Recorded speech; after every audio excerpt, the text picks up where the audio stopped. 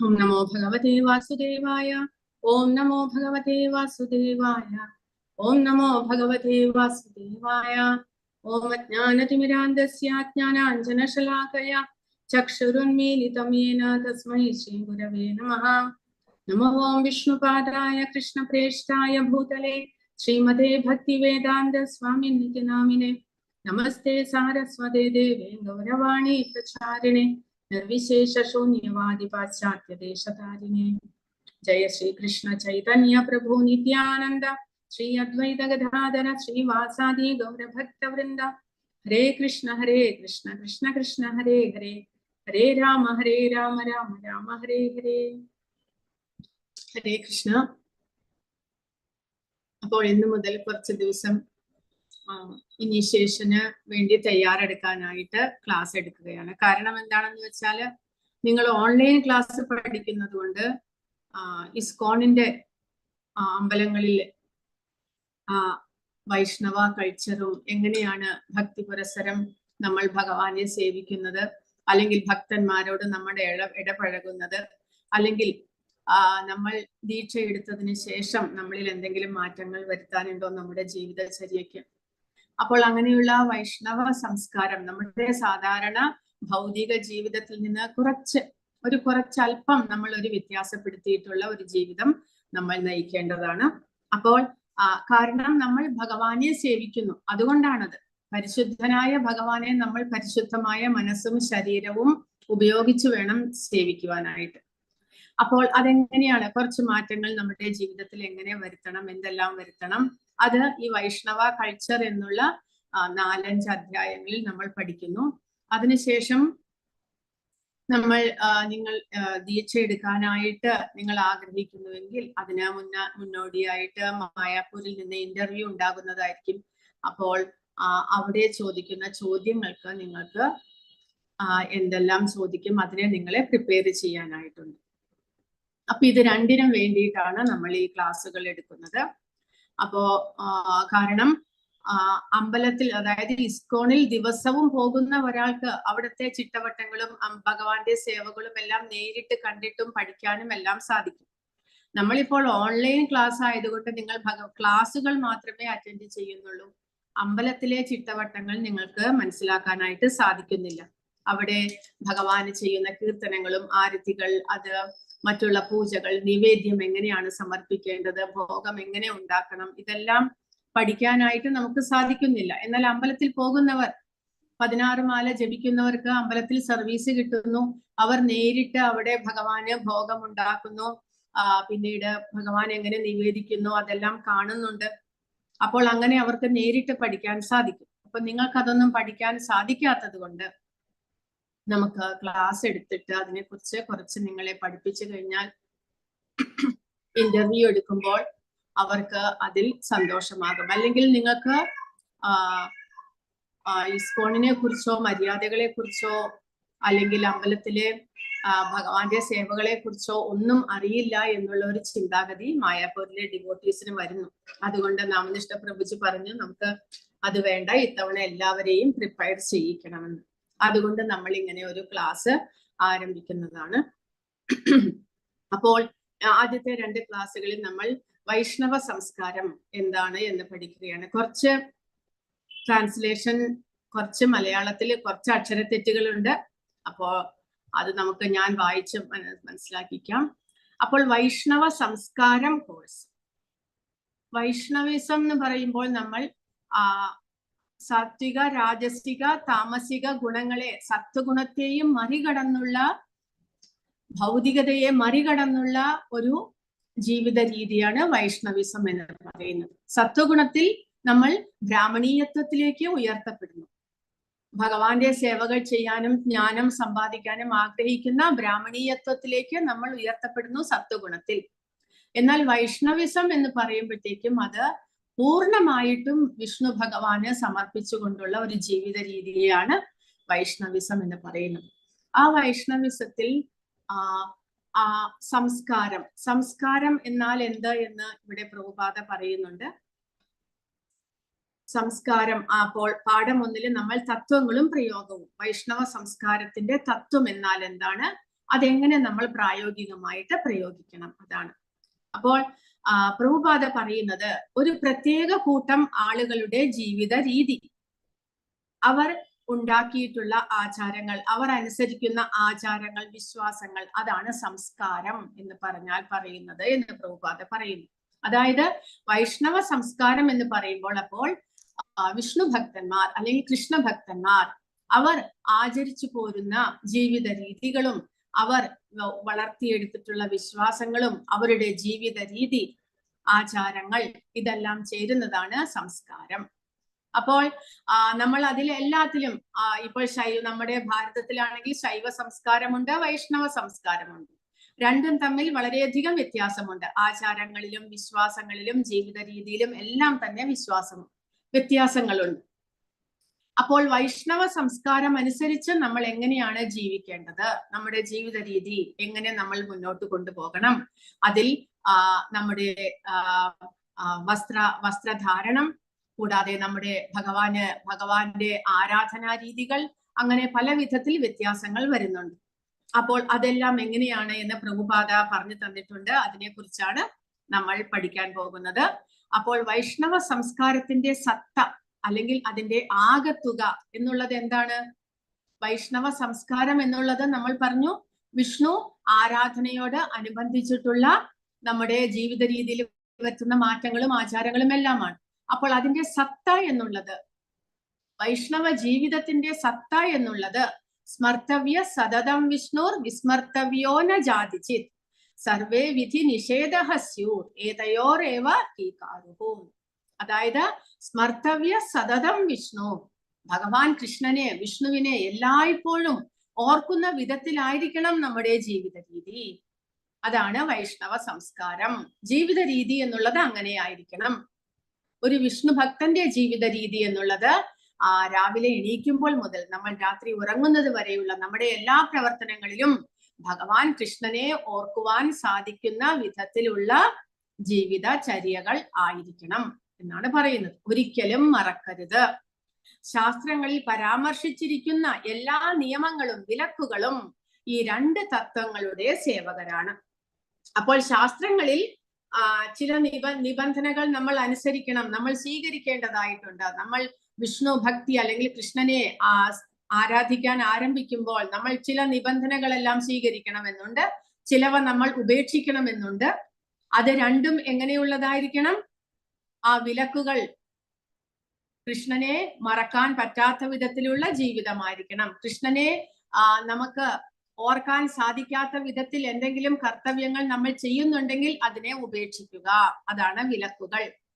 അങ്ങനെയുള്ള പ്രവൃത്തികൾ നമ്മൾ ചെയ്യരുത്. ആനുകൂല്യസ്യ സങ്കല്പഃ പ്രാതികൂല്യസ്യ വർജനം. ഭഗവാൻ കൃഷ്ണന്റെ സേവനത്തിന് അനുകൂലമായതെല്ലാം സ്വീകരിക്കുക, പ്രതികൂലമായതെല്ലാം നമ്മൾ ഉപേക്ഷിക്കുക. അതാണ് വിലക്കുകളും നിബന്ധനകളും. നിബന്ധനകൾ എന്നുള്ളത് ഭഗവാന്റെ ഓർക്കാൻ സാധിക്കുന്ന വിധത്തിലുള്ള, ഭഗവാനെ സേവിക്കാൻ ഉപകരിക്കുന്ന എല്ലാ കാര്യങ്ങളും നമ്മൾ സ്വീകരിക്കണം.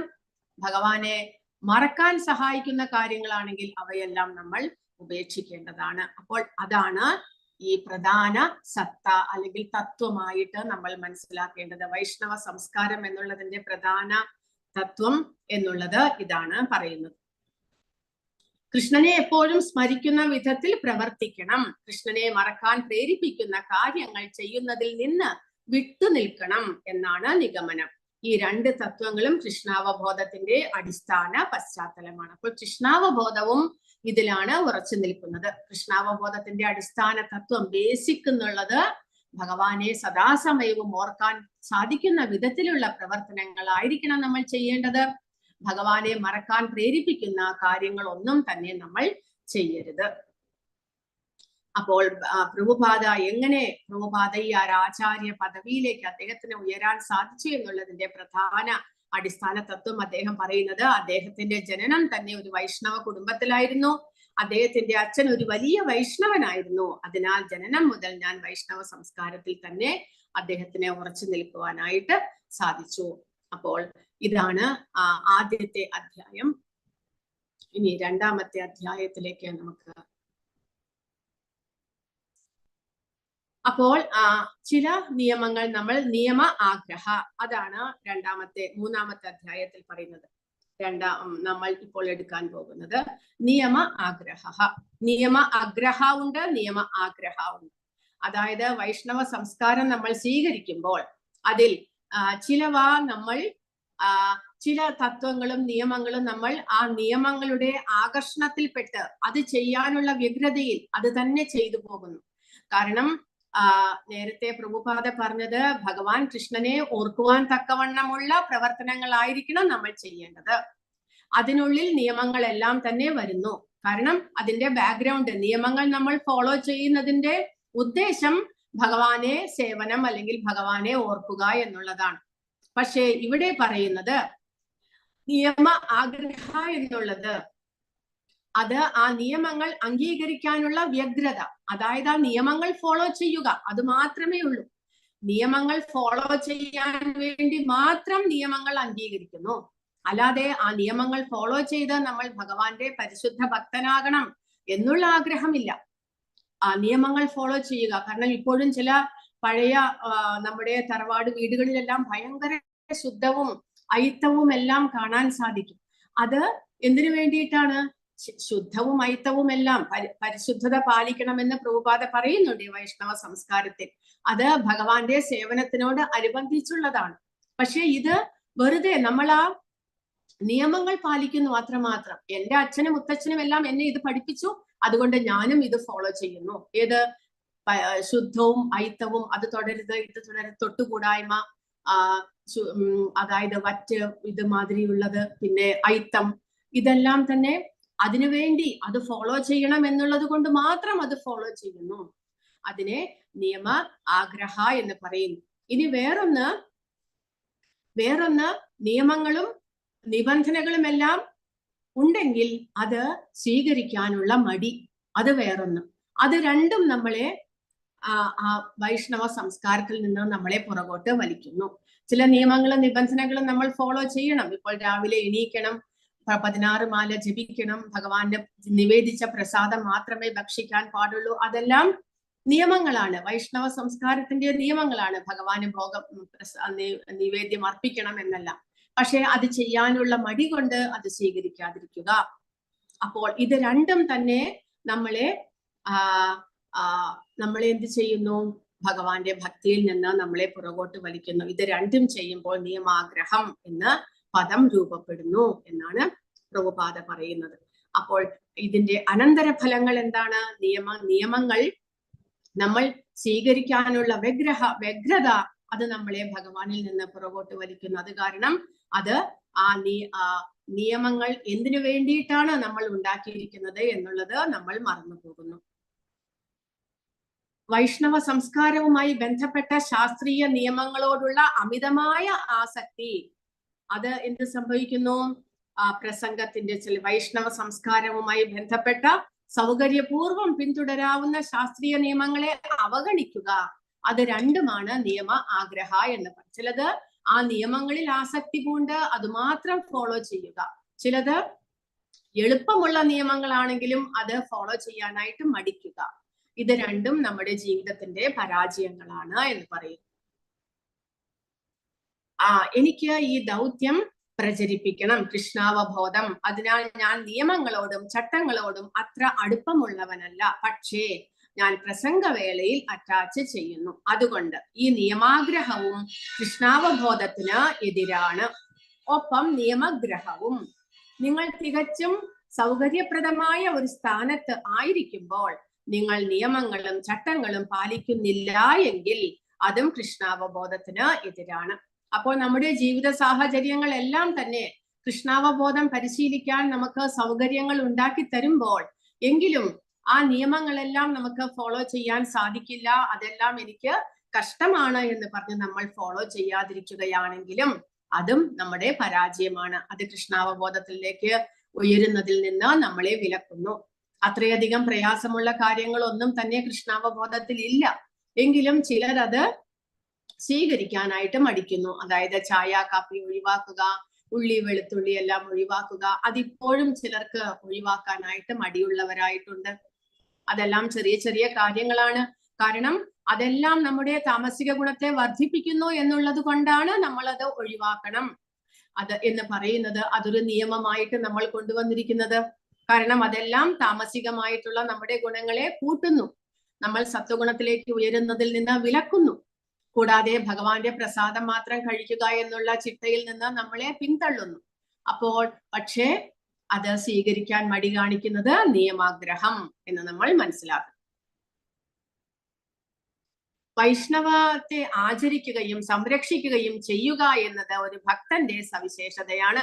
മര്യാദകൾ, അതിനെ മര്യാദകൾ എന്ന് പറയുന്നു. വൈഷ്ണവ തത്വങ്ങളെ നമ്മൾ സ്വീകരിക്കേണ്ടത്, അത് നമ്മുടെ ജീവിതത്തിൽ പകർത്തേണ്ടത് ഒരു ഭക്തൻ വിശേഷമായിട്ടും ചെയ്യേണ്ടത് അത് മര്യാദയാണ് എന്ന്. വൈഷ്ണവൈസത്തിന്റെ പരിപാലനം, മര്യാദ ഒരു ഭക്തന്റെ അലങ്കാരമാണ്. ഒരാൾ മര്യാദയുടെ നിയമങ്ങൾ ലംഘിച്ചാൽ ആളുകൾ അവനെ കളിയാക്കും. അങ്ങനെ അവൻ ഇഹത്തിലും പരത്തിലും പരാജയപ്പെടുന്നു. മര്യാദകൾ പാലിച്ചുകൊണ്ട് നീ എന്റെ മനസ്സിനെ തൃപ്തിപ്പെടുത്തി എന്ന് ഇവിടെ ചൈതന്യ മഹാപ്രഭു പറയുകയാണ്. അപ്പോൾ ഭക്തന്റെ അലങ്കാരമാണ്. ഒരു വൈഷ്ണവൻ എങ്ങനെ തന്റെ ജീവിതത്തെ പരിപോഷിപ്പിക്കണം എന്നുള്ളത് അതേ വഴിയിലൂടെ നടക്കുമ്പോൾ അദ്ദേഹത്തെ വൈഷ്ണവനായിട്ട് സമൂഹം തന്നെ അംഗീകരിക്കുന്നു. എന്നാൽ അതിൽ നിന്ന് പിന്മാറുമ്പോഴോ ആളുകൾ മര്യാദകളെല്ലാം കളഞ്ഞു കുളിച്ചാൽ ആളുകൾ കളിയാക്കും. അങ്ങനെ ഈ ലോകത്തിലും ഒരു വൈഷ്ണവനായിട്ട് ഉയരാൻ സാധിക്കാതെ വരുന്നു. അതുകൂടാതെ നമ്മൾ വൈഷ്ണവ മര്യാദകൾ പാലിക്കുന്നത് ഭഗവാന്റെ ആ സാന്നിധ്യത്തിലേക്ക്, ഭഗവാന്റെ ധാമത്തിലേക്ക് പോകാനാണ്. അതും നമുക്ക് ലഭിക്കുന്നില്ല എന്ന് ചൈതന്യ മഹാപ്രഭു ചൈതന്യ ചരിതാമൃത അഞ്ജലിയിലുള്ള അദ്ദേഹത്തിന്റെ ഉപദേശമാണ്, സനാതന ഗോസ്വാമിയോടുള്ള ഉപദേശം. അപ്പോൾ യദ്യദാചരതി ശ്രേഷ്ഠർ, നമുക്ക് വേണ്ടി മാത്രമല്ല ആ വൈഷ്ണവിസം പ്രചരിപ്പിക്കുന്നത്, നമുക്ക് ചുറ്റുമുള്ള സംസ്കാരം, നമ്മുടെ പരിസ്ഥിതി എന്നിവയെ പരിപോഷിപ്പിക്കുക. കാരണം നമ്മുടെ ചുറ്റും താമസിക ഗുണം വളർന്നു വരുമ്പോൾ അത് നമ്മുടെ ജീവിത രീതിയെയും ബാധിക്കുന്നു. സമൂഹം മുഴുവനും താമസിക ഗുണത്തിലുള്ളവർ വർദ്ധിച്ചു വന്നാൽ, കാരണം മുഴുവനായിട്ടും അരക്ഷിതാവസ്ഥയും പിന്നീട് സമൂഹം അധപ്പതിക്കാനും ഇടയുണ്ട്. അപ്പോൾ വൈഷ്ണവിസം പ്രചരിപ്പിക്കേണ്ടത്, സത്വഗുണത്തിലേക്ക് ഒരാളെ ഉയർത്തേണ്ടത് നമ്മുടെയും നിലനിൽപ്പിന്, കൂടാതെ സമൂഹത്തിന്റെ നല്ലതിന് വേണ്ടിയിട്ട് നല്ലതാണ്. അതുകൊണ്ട് നമ്മൾ ശ്രേഷ്ഠരായിട്ടുള്ളവർ, സമൂഹത്തിലെ ശ്രേഷ്ഠരായിട്ടുള്ളവർ ഇതേപോലെയുള്ള സംസ്കാരത്തെ വളർത്തിയെടുക്കാനായിട്ട് പരിശ്രമിക്കണം. ഇസ്കോൺ കമ്മ്യൂണിറ്റികളിൽ ഉടനീളം ശ്രീല പ്രഭുപാദയുടെ പഠിപ്പിക്കലുകളിൽ അവതരിപ്പിക്കുന്നത് പോലെ വൈഷ്ണവ ജീവിത രീതിയുടെ വശങ്ങൾ വളർത്തിയെടുക്കാനായിട്ട് നമ്മൾ പരിശ്രമിക്കേണ്ടതാണ് എന്ന്. അതിനാൽ ചില ആദർശ പുരുഷന്മാരെ, കൃഷ്ണാവബോധമുള്ള മനുഷ്യരെ, അവരുടെ സദ്ഭാവത്തെ, പെരുമാറ്റത്തെ, അവരുടെ ആദർശ ലക്ഷ്യങ്ങളെ സൃഷ്ടിക്കാൻ ഞങ്ങൾ ശ്രമിക്കുന്നു. അതുകൊണ്ട് കൃഷ്ണാവബോധത്തെ ഗൗരവമായി സ്വീകരിച്ചവർ അവർ ഉത്തമ പുരുഷന്മാരായിരിക്കണം. അവരുടെ പെരുമാറ്റം കണ്ടാലെങ്കിലും സമൂഹത്തിന് ഗുണം ചെയ്യും. അപ്പോൾ നമ്മൾ കൃഷ്ണാവബോധം സ്വീകരിക്കുന്നത് വളരെ എളുപ്പമായിട്ട്, അല്ലെങ്കിൽ വളരെ ഈസി ആയിട്ട് നമ്മൾ അതിനെ തള്ളിക്കളയരുത്. അതായത് നമ്മൾ ഭഗവത്ഗീത പഠിക്കുന്നു, ഭാഗവതം പഠിക്കുന്നു, 16 മാല ജപിക്കുന്നു, അത് മാത്രം ചെയ്താൽ പോരാ. നമ്മുടെ ജീവിത രീതി മറ്റുള്ളവർക്ക് മാതൃകയാകണം.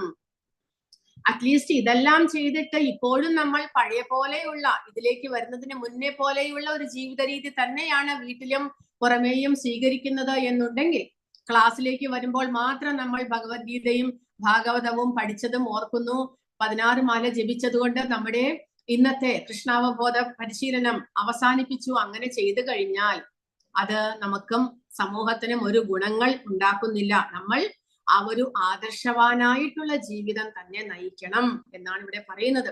പ്രഭുപാദ എങ്ങനെ അദ്ദേഹത്തിന്റെ ഒരു ശിഷ്യൻ എങ്ങനെ ജീവിക്കണമെന്ന് ആഗ്രഹിച്ചോ അതുപോലെ ജീവിക്കാനായിട്ട് ഓരോരുത്തരും പരിശ്രമിക്കേണ്ടതാണ്. കാരണം പ്രഭുപാദരുടെ ആ ശിഷ്യ പരമ്പരയിലേക്കാണ് നമ്മൾ ചേരുന്നത്. അത് മനസ്സിലാക്കണം. ആ ശിഷ്യ പരമ്പരയിലേക്ക് നമ്മൾ ചേരുമ്പോൾ നമ്മൾ ഒരു നല്ല ഉത്തമ ഭക്തനായിട്ട്, ഒരു ഉത്തമ വ്യക്തിയായിട്ട് നമ്മൾ മാറേണ്ടതാണ്. നമ്മൾ എപ്പോഴും ആ ഒരു ചിട്ടവട്ടങ്ങളിൽ നിന്നുകൊണ്ടുള്ള ഒരു ജീവിതം നമ്മൾ നയിക്കുമ്പോൾ നമ്മൾ ഒരു ആദർശ പുരുഷനായിട്ട് നമ്മൾ മാറുന്നു. അതുകൊണ്ട് ഗൗരവമായിട്ട് കൃഷ്ണാവബോധത്തെ നമ്മൾ ഗൗരവമായിട്ട് സ്വീകരിക്കണം. ആ വൈഷ്ണവ സംസ്കാരത്തെ നമ്മുടെ ജീവിതത്തിൽ ഗൗരവത്തോടുകൂടി നമ്മൾ വളർത്തിയെടുക്കണം. അങ്ങനെ മറ്റുള്ളവർക്ക് നമ്മൾ മാതൃകയാകേണ്ടത് അത്യാവശ്യമാണ്. അപ്പോൾ നമ്മുടെ പെരുമാറ്റം കണ്ടിട്ട്, നമ്മുടെ ജീവിത രീതി കണ്ടിട്ട് മറ്റുള്ളവരും അതിലേക്ക് ആകർഷിതരാകും. സംഗീതം, തത്വചിന്ത, ആത്മീയ സംസ്കാരം, വ്യക്തിപരമായ പെരുമാറ്റം എന്നിവയിലൂടെയുള്ള ഈ കൃഷ്ണാവബോധ പ്രസ്ഥാനം ഭക്തരുടെ ഉത്തമ സ്വഭാവത്തിൽ കലാശിക്കുന്നു. ഈ സ്വർഗീയ സംഭാവനകളെല്ലാം ഒന്നിച്ചു ചേർന്നാൽ തീർച്ചയായും പാശ്ചാത്യ ജനതയുടെ ജീവിതത്തിൽ വലിയൊരു മാറ്റം കൊണ്ടുവരും. വാസ്തവത്തിൽ പ്രഭുപാദ അമേരിക്കയിൽ പോയ ആ വഴിക്ക് 67 അദ്ദേഹം അവിടെ എത്തി. 68 ലെറ്ററാണിത്. സാൻ ഫ്രാൻസിസ്കോയിൽ അദ്ദേഹത്തിന്റെ സെന്റർ തുടങ്ങിയിട്ട് അവിടെയുള്ള ഭക്തന്മാർക്ക് അയക്കുന്ന കത്താണിത്. അപ്പോൾ അദ്ദേഹം പറയുന്നു, നമുക്കറിയാം നമ്മുടെ ഭാരതത്തിൽ തന്നെ ഇപ്പോൾ താമസിക ഗുണം വർദ്ധിച്ചു വരികയാണ്. അപ്പോൾ ആ സമയത്ത് അമേരിക്കയിൽ ആ സമയത്ത് ഓൾറെഡി താമസിക ഗുണം വർദ്ധിച്ചു വന്ന സമയം തന്നെയായിരുന്നു. അപ്പോൾ അവിടെ വൈഷ്ണവ സംസ്കാരം, ആ വൈഷ്ണവ സ്വഭാവത്തിലുള്ള ഭക്തന്മാരെ ആര് പാശ്ചാത്യരെ വൈഷ്ണവ സ്വഭാവത്തിൽ അല്ലെങ്കിൽ സംസ്കാരത്തിൽ ആളുകൾ കാണുമ്പോൾ അവരുടെ പെരുമാറ്റം, അവരുടെ ജീവിത രീതി, അവരുടെ സ്വഭാവം എത്ര ലാളിത്യമാർന്ന വിനയത്തോടു കൂടിയുള്ള ആ സ്വഭാവം മറ്റുള്ളവർക്ക്, അവരുടെ സമൂഹത്തിന് ഒരു മാതൃകയാകുന്നു, അവരെ അതിലേക്ക് അട്രാക്ട് ചെയ്യുന്നു. അപ്പോൾ പ്രഭുപാദ പറയുന്നത്, അങ്ങനെ നമ്മുടെ ജീവിത രീതി, കൃഷ്ണാവബോധത്തിലുള്ള ഭക്തന്മാരുടെ ജീവിതം എങ്ങനെയാണ്? സംഗീതം, ഭഗവാന്റെ കീർത്തനങ്ങൾ പാടിക്കൊണ്ട് ആ ഭഗവാനെ കുറിച്ചുള്ള തത്വചിന്തകളിൽ മുഴുകിക്കൊണ്ട് ആത്മീയമായിട്ടുള്ള ആ ഒരു മുന്നേറ്റത്തിന് വേണ്ടിയിട്ടുള്ള ഒരു ജീവിതമാണ്. അങ്ങനെയുള്ള ഒരു ജീവിതം നമ്മൾ നയിച്ചു കൊണ്ടുവരുമ്പോൾ നമ്മുടെ വ്യക്തിപരമായിട്ടുള്ള പെരുമാറ്റത്തിൽ, നമ്മുടെ സ്വഭാവത്തിൽ എല്ലാം തന്നെ സത്വഗുണം ഉയർന്നു നിൽക്കുന്ന ഒരു ജീവിത രീതിയാകുന്നു. അത് എന്ത് സംഭവിക്കുന്നു? അതുമൂലം അങ്ങനെ താമസിക ഗുണത്തിൽ മാത്രം വളർന്നു വന്ന പാശ്ചാത്യരായിട്ടുള്ള ആ പ്രഭുപാദരുടെ ശിഷ്യന്മാരെ ഉത്തമ സ്വഭാവത്തിലേക്ക് അവരെ മാറ്റി എന്നാണ് പ്രഭുപാദ പറയുന്നത്. അങ്ങനെ ആ സമൂഹത്തിന് ഇവരുടെ ജീവിത രീതി കണ്ടിട്ട് സമൂഹത്തിൽ ഒരു മാറ്റം വരുത്താൻ സാധിക്കും എന്നാണ് പ്രഭുപാദ സാൻ ഫ്രാൻസിസ്കോയിൽ പോയിട്ടുള്ള. കാരണം അദ്ദേഹം അമേരിക്കയിൽ തന്നെ തുടരുകയും സാൻ ഫ്രാൻസിസ്കോയിലേക്ക്, ന്യൂയോർക്കിൽ നിന്ന് സാൻ ഫ്രാൻസിസ്കോയിലേക്ക് കുറച്ച് അദ്ദേഹത്തിന്റെ ശിഷ്യന്മാരെ പറഞ്ഞുവിട്ട് അവിടെ കൃഷ്ണാവബോധം വളർത്താനായിട്ട് അദ്ദേഹം അയക്കുകയാണ് ചെയ്തത്. അപ്പോൾ എങ്ങനെ ഭക്തന്മാരുമായിട്ട് ഇടപഴകണം, എങ്ങനെ സാധാരണ ആൺകുട്ടികളെ ഈ ഭക്തിയിലേക്ക് കൊണ്ടുവരണം എന്ന് അദ്ദേഹം ഈ ഉപദേശിക്കുകയാണ് ഈ കത്തുകളിലൂടെ ചെയ്യുന്നത്. എങ്ങനെ നിങ്ങൾ പെരുമാറണം, എങ്ങനെ അവർ നമ്മുടെ അമ്പലത്തിലേക്ക് വരുമ്പോൾ അവരെ സ്വീകരിച്ച് അവരെ ഭക്തന്മാരാക്കാൻ സാധിക്കും, അതിനു വേണ്ടിയിട്ടുള്ള ആ ഒരു ഉപദേശങ്ങളാണ് അദ്ദേഹം ഈ കത്തുകളിലൂടെ കൊടുക്കുന്നത്. അപ്പോൾ വൈഷ്ണവ മര്യാദകൾ, നമ്മൾ പഠിക്കാൻ പോകുന്ന വൈഷ്ണവ മര്യാദകളാണ് ഇനി പറയുന്നത്. പാചകം, അതായത് ഭഗവാന് വേണ്ടിയിട്ട് നമ്മൾ എങ്ങനെ നിവേദ്യം ഉണ്ടാക്കുന്നതും അത് ഭഗവാന് നിവേദിക്കുന്നതും, പിന്നെ വസ്ത്രരീതി, പിന്നെ ഭഗവാന്റെ സേവനങ്ങൾ, കീർത്തനം, സംഗീതോപകരണങ്ങൾ വായിക്കൽ, അതെല്ലാം നമ്മുടെ ഭഗവാന്റെ ആരാധനയ്ക്ക് വേണ്ടിയിട്ട് നമ്മൾ കീർത്തനങ്ങളും സംഗീതോപകരണങ്ങളും എല്ലാം വായിക്കുന്നത് നമ്മുടെ ഇവിടെ സാധാരണ നമ്മൾ പഠിക്കുന്നത് പോലെയല്ല, അതിൽ വ്യത്യാസമുണ്ട്. പിന്നെ ഭക്ഷണക്രമം എന്നിവയെ കുറിച്ച് ശ്രീല പ്രഭുപാദർ പഠിപ്പിക്കുന്നുണ്ട്. ജപമാല ഉണ്ടാക്കാനും കൂടെ അദ്ദേഹം തന്റെ ഭക്തന്മാരെ, ദീക്ഷയുടെ സമയത്ത് ജപമാല ഉണ്ടാക്കാനും കൂടെ അദ്ദേഹത്തിന്റെ ഭക്തന്മാരെ പഠിപ്പിച്ചു എന്നാണ് പറയുന്നത്. ഇനി അടുത്ത സെക്ഷനിൽ നമ്മൾ വൈഷ്ണവ ഇതാണ് പരിശുദ്ധിയിലേക്കാണ് നമ്മൾ വരുന്നത്. എങ്ങനെ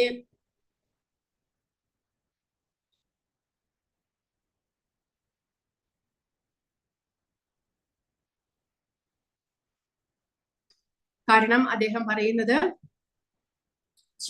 പരിശുദ്ധിയെ നമുക്ക് ഒരിക്കലും, വൃത്തിയെ ഒരിക്കലും അവഗണിക്കാൻ കഴിയില്ല എന്ന്. കാരണം പുറത്തും നമ്മുടെ ശാരീരികമായിട്ടുള്ളതും ആന്തരികമായിട്ടുള്ളതും മാത്രമല്ല, നമ്മുടെ സറൗണ്ടിങ്സും കൂടെ നമ്മൾ സൂക്ഷിച്ച് നമ്മൾ ജീവിക്കണം. കാരണം അകത്തും പുറത്തും ആരോഗ്യം ഉണ്ടാകും എന്നാണ് അദ്ദേഹം പറയുന്നത്.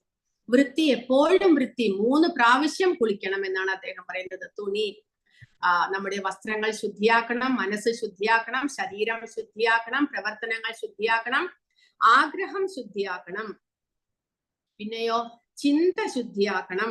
ഇതെല്ലാമാണ് അദ്ദേഹം പറയുന്നത്. എല്ലാം ശുദ്ധം, ഇല്ലെങ്കിലോ അത് മലിനീകരണത്തിലേക്ക് നയിക്കുന്നു എന്നാണ് പറയുന്നത്. ദൈവഭക്തിക്ക് അടുത്തത് ശുചിത്വമാണ്. ഗ്രന്ഥങ്ങൾ മാത്രമല്ല, ആധുനിക ശാസ്ത്രം പോലും ശുചിത്വത്തിന് പ്രാധാന്യം നൽകുന്നു. അപ്പോൾ ശുചിത്വം എന്നുള്ളത് നമ്മൾ ഓരോ ഇസ്കോൺ അമ്പലങ്ങളിലും പോയാൽ കാണാൻ സാധിക്കും. അവിടെ എല്ലാം തന്നെ അത്രമാത്രം ക്ലീൻ ആയിരിക്കും.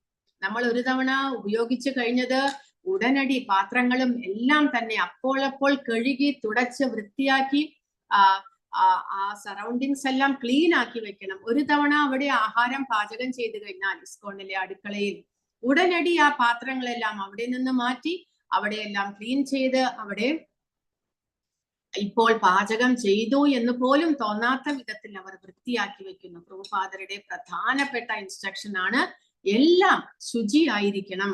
കാരണം ആ ശുചിത്വം എന്നുള്ളത് ഭഗവാനിലേക്ക് നമ്മളെ കൂടുതൽ അടുപ്പിക്കുന്നു എന്നാണ് പറയുന്നത്. അപ്പോൾ ആ ശുചിത്വം എങ്ങനെയെല്ലാം ഏതെല്ലാം തരത്തിൽ നമ്മുടെ ശാരീരികവും മാനസികവും മാത്രമല്ല ഏതെല്ലാം വിധത്തിൽ നമ്മൾ ശുചിത്വങ്ങൾ പാലിക്കേണ്ടതായിട്ടുണ്ട്. കാരണം പ്രഭുപാദ ഇതെല്ലാം പ്രധാനമായിട്ട് പാശ്ചാത്യ അദ്ദേഹത്തിന്റെ ശിഷ്യന്മാർക്ക് വേണ്ടി ചെയ്തതാണെങ്കിലും, കാരണം നമ്മുടെ ഭാരതത്തിൽ ചെറുപ്പം മുതൽക്കേ കുറച്ചെല്ലാം ശുചിത്വങ്ങൾ നമ്മൾ പരിശീലിച്ച് വന്നിരുന്നു. നമുക്ക് അതിനെ കുറിച്ചെല്ലാം അറിയാം. കാരണം നമ്മൾ എല്ലാവരുടെ വീടുകളിലും ഭഗവാന്റെ സേവനങ്ങൾ ഉള്ളത് കൊണ്ട്. പക്ഷെ പാശ്ചാത്യ രാജ്യങ്ങളിൽ ഇതൊന്നും ഇല്ലാത്തത് കൊണ്ട് അദ്ദേഹത്തിന് പ്രാരംഭം മുതൽക്കേ എല്ലാ കാര്യങ്ങളും പറഞ്ഞു കൊടുക്കേണ്ടതായിട്ട് വന്നു. അതുകൊണ്ട് അദ്ദേഹം എല്ലാ കാര്യങ്ങളും ഡീറ്റെയിൽ ആയിട്ട് പറഞ്ഞിരിക്കുകയാണ്. നിങ്ങൾ അകത്തും പുറത്തും കഴുകി കുളിച്ചു, അപ്പോൾ നിങ്ങൾക്ക് എപ്പോഴും ഉന്മേഷം ലഭിക്കും. നിങ്ങൾക്ക് ഉന്മേഷം തോന്നുന്നില്ലെങ്കിൽ നിങ്ങൾക്ക് വളരെ മനോഹരമായ ഹരേ കൃഷ്ണ മഹാമന്ത്രം ജപിക്കാനോ കൃഷ്ണനെ സേവിക്കാനോ കഴിയില്ല. അതുകൊണ്ട് ശുചിത്വം ആവശ്യമാണ്. അപ്പോൾ അതുകൊണ്ടാണ് അദ്ദേഹം പറയുന്നത് 3 തവണയാണെങ്കിലും നമ്മൾ കുളിക്കണമെന്ന്. കാരണം രാവിലെ ഒരു തവണ കുളിച്ച് ഭഗവാന്റെ മംഗളാരത്തി ചെയ്ത് ഭഗവാന്റെ സേവനങ്ങളെല്ലാം ചെയ്യുന്നു. നമ്മൾ ഉച്ചയ്ക്ക് പുറമേ എല്ലാം പോയി വന്നിട്ടുണ്ട് എന്നുണ്ടെങ്കിൽ, അല്ലെങ്കിൽ ഉച്ചയ്ക്ക് നമ്മൾ ഊണ് കഴിഞ്ഞ് ഉറങ്ങി എന്നുണ്ടെങ്കിൽ വീണ്ടും ഭഗവാന്റെ സേവനങ്ങൾ ആരംഭിക്കുന്നതിന് മുന്നേ നമ്മൾ കുളിക്കേണ്ടതും അത്യാവശ്യമാണ്. കാരണം നമ്മൾ കിടക്കയിൽ കിടന്ന് ഉറങ്ങിയതിന് ശേഷം അതേ വസ്ത്രം ഉടുത്തുകൊണ്ട് ഭഗവാന്റെ സേവനങ്ങൾ ചെയ്യുക എന്നുള്ളത് പാടില്ല എന്ന് പറയും. കാരണം അത് മലിനമാക്കപ്പെട്ടു. എങ്ങനെയാണോ നമ്മൾ രാത്രി കിടക്കയിൽ ഉറങ്ങിക്കിടന്ന് രാവിലെ എണീറ്റ് അതേ വസ്ത്രത്തിൽ നമ്മൾ ഭഗവാന്റെ മുറിയിലേക്ക് പോകുകയില്ല. അതുപോലെ ഉച്ചയ്ക്കും നമ്മൾ ഉറങ്ങുകയാണെങ്കിൽ ആ വസ്ത്രങ്ങൾ മലിനമാക്കപ്പെടുന്നു, നമ്മുടെ ശരീരം മലിനമാക്കപ്പെടുന്നു. അതുകൊണ്ട് ഒരു കുളി അപ്പോൾ അത്യാവശ്യമാണ്. അങ്ങനെ നമ്മൾക്ക് നമ്മുടെ വസ്ത്രധാരണയും നമ്മുടെ ശരീരവും നമുക്ക് ശുചിത്വമാക്കാൻ സാധിക്കുന്നു. അങ്ങനെ ശരീരം ശുചിത്വമാകുന്നതോടുകൂടി നമുക്ക് ഭഗവാനെ സേവിക്കാനുള്ള ആ ആഗ്രഹം, ആ ഒരു താല്പര്യം വർദ്ധിച്ചു വരുന്നു. അപ്പോൾ റെഫ്രിജറേറ്റർ എങ്ങനെയാണ്, അടുക്കളയിലെ സാധനങ്ങളെ കുറിച്ചാണ് ഇവിടെ പ്രഭുപാദ പറയുന്നത്. റെഫ്രിജറേറ്റർ എല്ലായ്പ്പോഴും വളരെ ശുദ്ധമായിരിക്കണം. കഴുകാൻ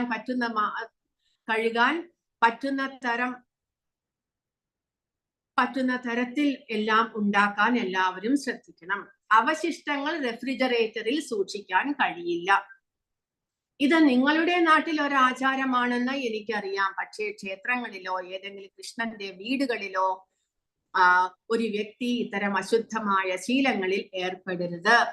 അതായത് അത്യാഹാരവും അധികമായി ശേഖരിക്കലും പാടില്ല എന്ന് പ്രഭുപാദ പറയുന്നു. കാരണം നമ്മൾ ഭഗവാന് നിവേദിച്ചു കഴിഞ്ഞാൽ, എന്തെങ്കിലും ഭോഗം ഉണ്ടാക്കിയിട്ട് ഭഗവാന് നിവേദിച്ചു കഴിഞ്ഞാൽ അത് പിന്നെ പ്രസാദമാകുന്നു. ആ പ്രസാദം നമ്മൾ അപ്പോൾ തന്നെ കഴിച്ച് തീർക്കണം. നമ്മൾ അത്രമാത്രം ഉണ്ടാക്കിയാൽ മതി എന്ന് പറയുന്നു. അല്ല, ആർക്കെങ്കിലും പ്രസാദമായിട്ട് കൊടുക്കാനുണ്ടെങ്കിൽ കുറച്ച് കൂടുതൽ ഉണ്ടാക്കാം. അല്ലാതെ ഓൾറെഡി നമ്മൾ ഉണ്ടാക്കിയത് ഭഗവാന് നിവേദിച്ചു കഴിഞ്ഞത് റെഫ്രിജറേറ്ററിലേക്ക് എടുത്തു വെക്കുമ്പോൾ എന്ത് സംഭവിക്കുന്നു? അതിനുള്ളിലുള്ള വസ്തുക്കൾ, അതായത് ഭഗവാന് നിവേദിക്കാത്ത ഭോഗവസ്തുക്കളും റെഫ്രിജറേറ്ററിൽ ഉണ്ടാകും. എല്ലാം തന്നെ മിക്സ് ആകുമ്പോൾ പിന്നീട് അത് ഭഗവാന് നിവേദിക്കാനായിട്ട് ഉപയോഗിക്കാൻ പറ്റാത്ത വിധത്തിലാകുന്നു. അതായത് നമ്മളിപ്പോൾ 1 കിലോ ആപ്പിൾ കൊണ്ടുവന്നു എന്ന് വിചാരിക്കുക. 2 ആപ്പിൾ നമ്മൾ ഭഗവാന് നിവേദിച്ചു. ബാക്കിയുള്ളതെല്ലാം ഭോഗമാണ്, ഭഗവാന് നിവേദിക്കാത്തതാണ്, അത് പരിശുദ്ധമാണ്. അത് നമ്മൾ റെഫ്രിജറേറ്ററിൽ വെക്കുന്നു. പക്ഷെ ഈ ഭഗവാനെ നിവേദിച്ചതും നമുക്ക് കഴിച്ചു കഴിഞ്ഞിട്ട് ബാക്കി വന്നു, അത് നമ്മൾ തിരിച്ച് റെഫ്രിജറേറ്ററിൽ വെക്കുകയാണെങ്കിൽ എന്ത് സംഭവിക്കുന്നു?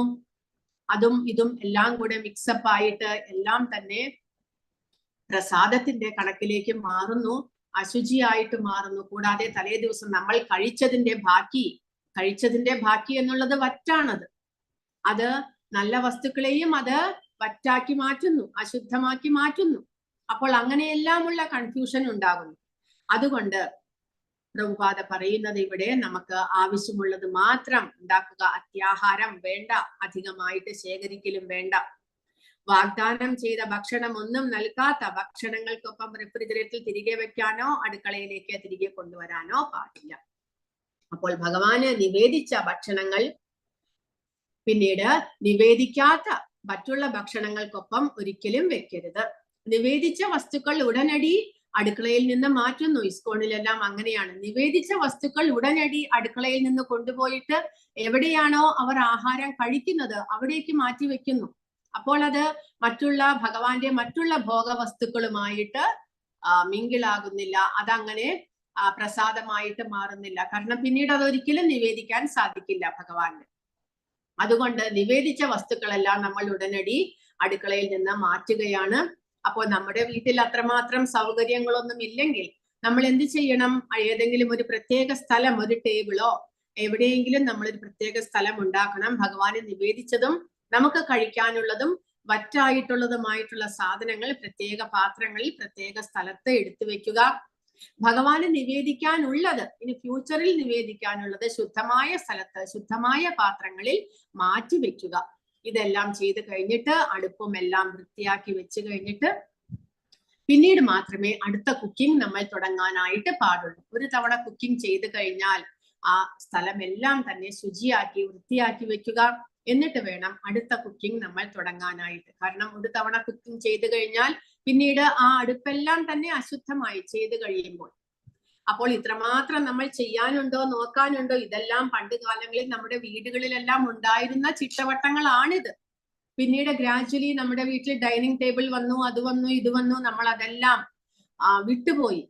പക്ഷേ പ്രഭുപാദ അതേ ചിട്ടവട്ടങ്ങൾ, കാരണം ഭഗവാന്റെ സേവനത്തിന് വേണ്ടി ആയിട്ടുള്ളത് കൊണ്ട് അതുപോലെ ശുദ്ധമായിട്ട് എല്ലാം തന്നെ ചെയ്യണമെന്ന് അദ്ദേഹം ആഗ്രഹിക്കുകയാണ്. അപ്പോൾ എങ്ങനെ അദ്ദേഹത്തിൽ നിന്ന് എങ്ങനെ ഉദാഹരണം നമുക്ക് പഠിക്കാമെന്നുള്ളൊരു ഉദാഹരണമാണ് ഇവിടെ കൊടുത്തിരിക്കുന്നത്. പ്രഭാത ഭക്ഷണ സമയത്ത് ശ്രീല പ്രഭുപാദർ തന്റെ പ്ലേറ്റിലേക്ക് കുറച്ച് ഉപ്പെടുത്ത് ബാക്കി ഉപേക്ഷിക്കുന്നതിന് പകരം പഴങ്ങളുടെ കഷണങ്ങൾ നേരിട്ട് ആ പാത്രത്തിലേക്ക് മുക്കുന്നു. അതായത് അദ്ദേഹം കഴിക്കാനുള്ള പഴങ്ങൾ, ഫ്രൂട്ട്സുകൾ എല്ലാം തന്നെ അദ്ദേഹം ആ പാത്രത്തിൽ തന്നെ കഴുകിയിട്ട് അതിൽ നിന്ന് തന്നെ അദ്ദേഹം കഴിക്കുകയാണ്. അപ്പോൾ അദ്ദേഹത്തിന്റെ ശിഷ്യൻ എന്ത് ചെയ്തു? ആ ടേബിൾ എല്ലാം വൃത്തിയാക്കി കഴിഞ്ഞപ്പോൾ അദ്ദേഹം ആ ഉപ്പ് ബാക്കി വന്നത് അദ്ദേഹം അത് മാറ്റിവെച്ചു അത്രേ. അത് പിന്നീട് ഉപയോഗിക്കാം എന്ന് പറഞ്ഞിട്ട്. പക്ഷെ പ്രഭുപാദർ അദ്ദേഹത്തെ ശാസിച്ചു. കാരണം അത് ഓൾറെഡി വറ്റായതാണ്, പ്രഭുപാദർ ഉപയോഗിച്ചതാണ്, അത് വീണ്ടും ഉപയോഗിക്കുക. കാരണം പാശ്ചാത്യ രാജ്യങ്ങളിൽ ഇതിനെക്കുറിച്ച് അവർക്ക് അറിഞ്ഞുകൂടാ. എങ്ങനെയാണ് പരിശുദ്ധമായിട്ടെല്ലാം വെക്കേണ്ടത്, ഒരു തവണ നമ്മൾ ഉപയോഗിച്ചത് വീണ്ടും ഉപയോഗിക്കാൻ പാടില്ല എന്നൊന്നും അദ്ദേഹത്തിന് അറിഞ്ഞുകൂടാത്തത് കൊണ്ടാണ്. പക്ഷെ പ്രഭുപാദർ അദ്ദേഹത്തെ അങ്ങനെ പറഞ്ഞു കൊടുത്തു, എങ്ങനെയാണ് ചെയ്യേണ്ടത്. ശാസിച്ചിട്ടാണെങ്കിലും അദ്ദേഹത്തിന് തെറ്റ് പറ്റിയത് പറഞ്ഞു കൊടുത്തു എന്നാണ് ഇവിടെ പറയുന്നത്. അതിനാൽ നിങ്ങൾ ബ്രാഹ്മണ ജീവിതത്തിന്റെ നിയമങ്ങളും ചട്ടങ്ങളും അനുസരിച്ച് ജീവിക്കണം. ഒന്നാമതായി ശുചിത്വമാണ്. നിങ്ങളുടെ നാട്ടിൽ അവർക്ക് ഒരുപാട് വൃത്തികെട്ട ശീലങ്ങളുണ്ട്. ഉദാഹരണത്തിന്, അവർ കഴിച്ചതിന് ശേഷം കഴുകില്ല.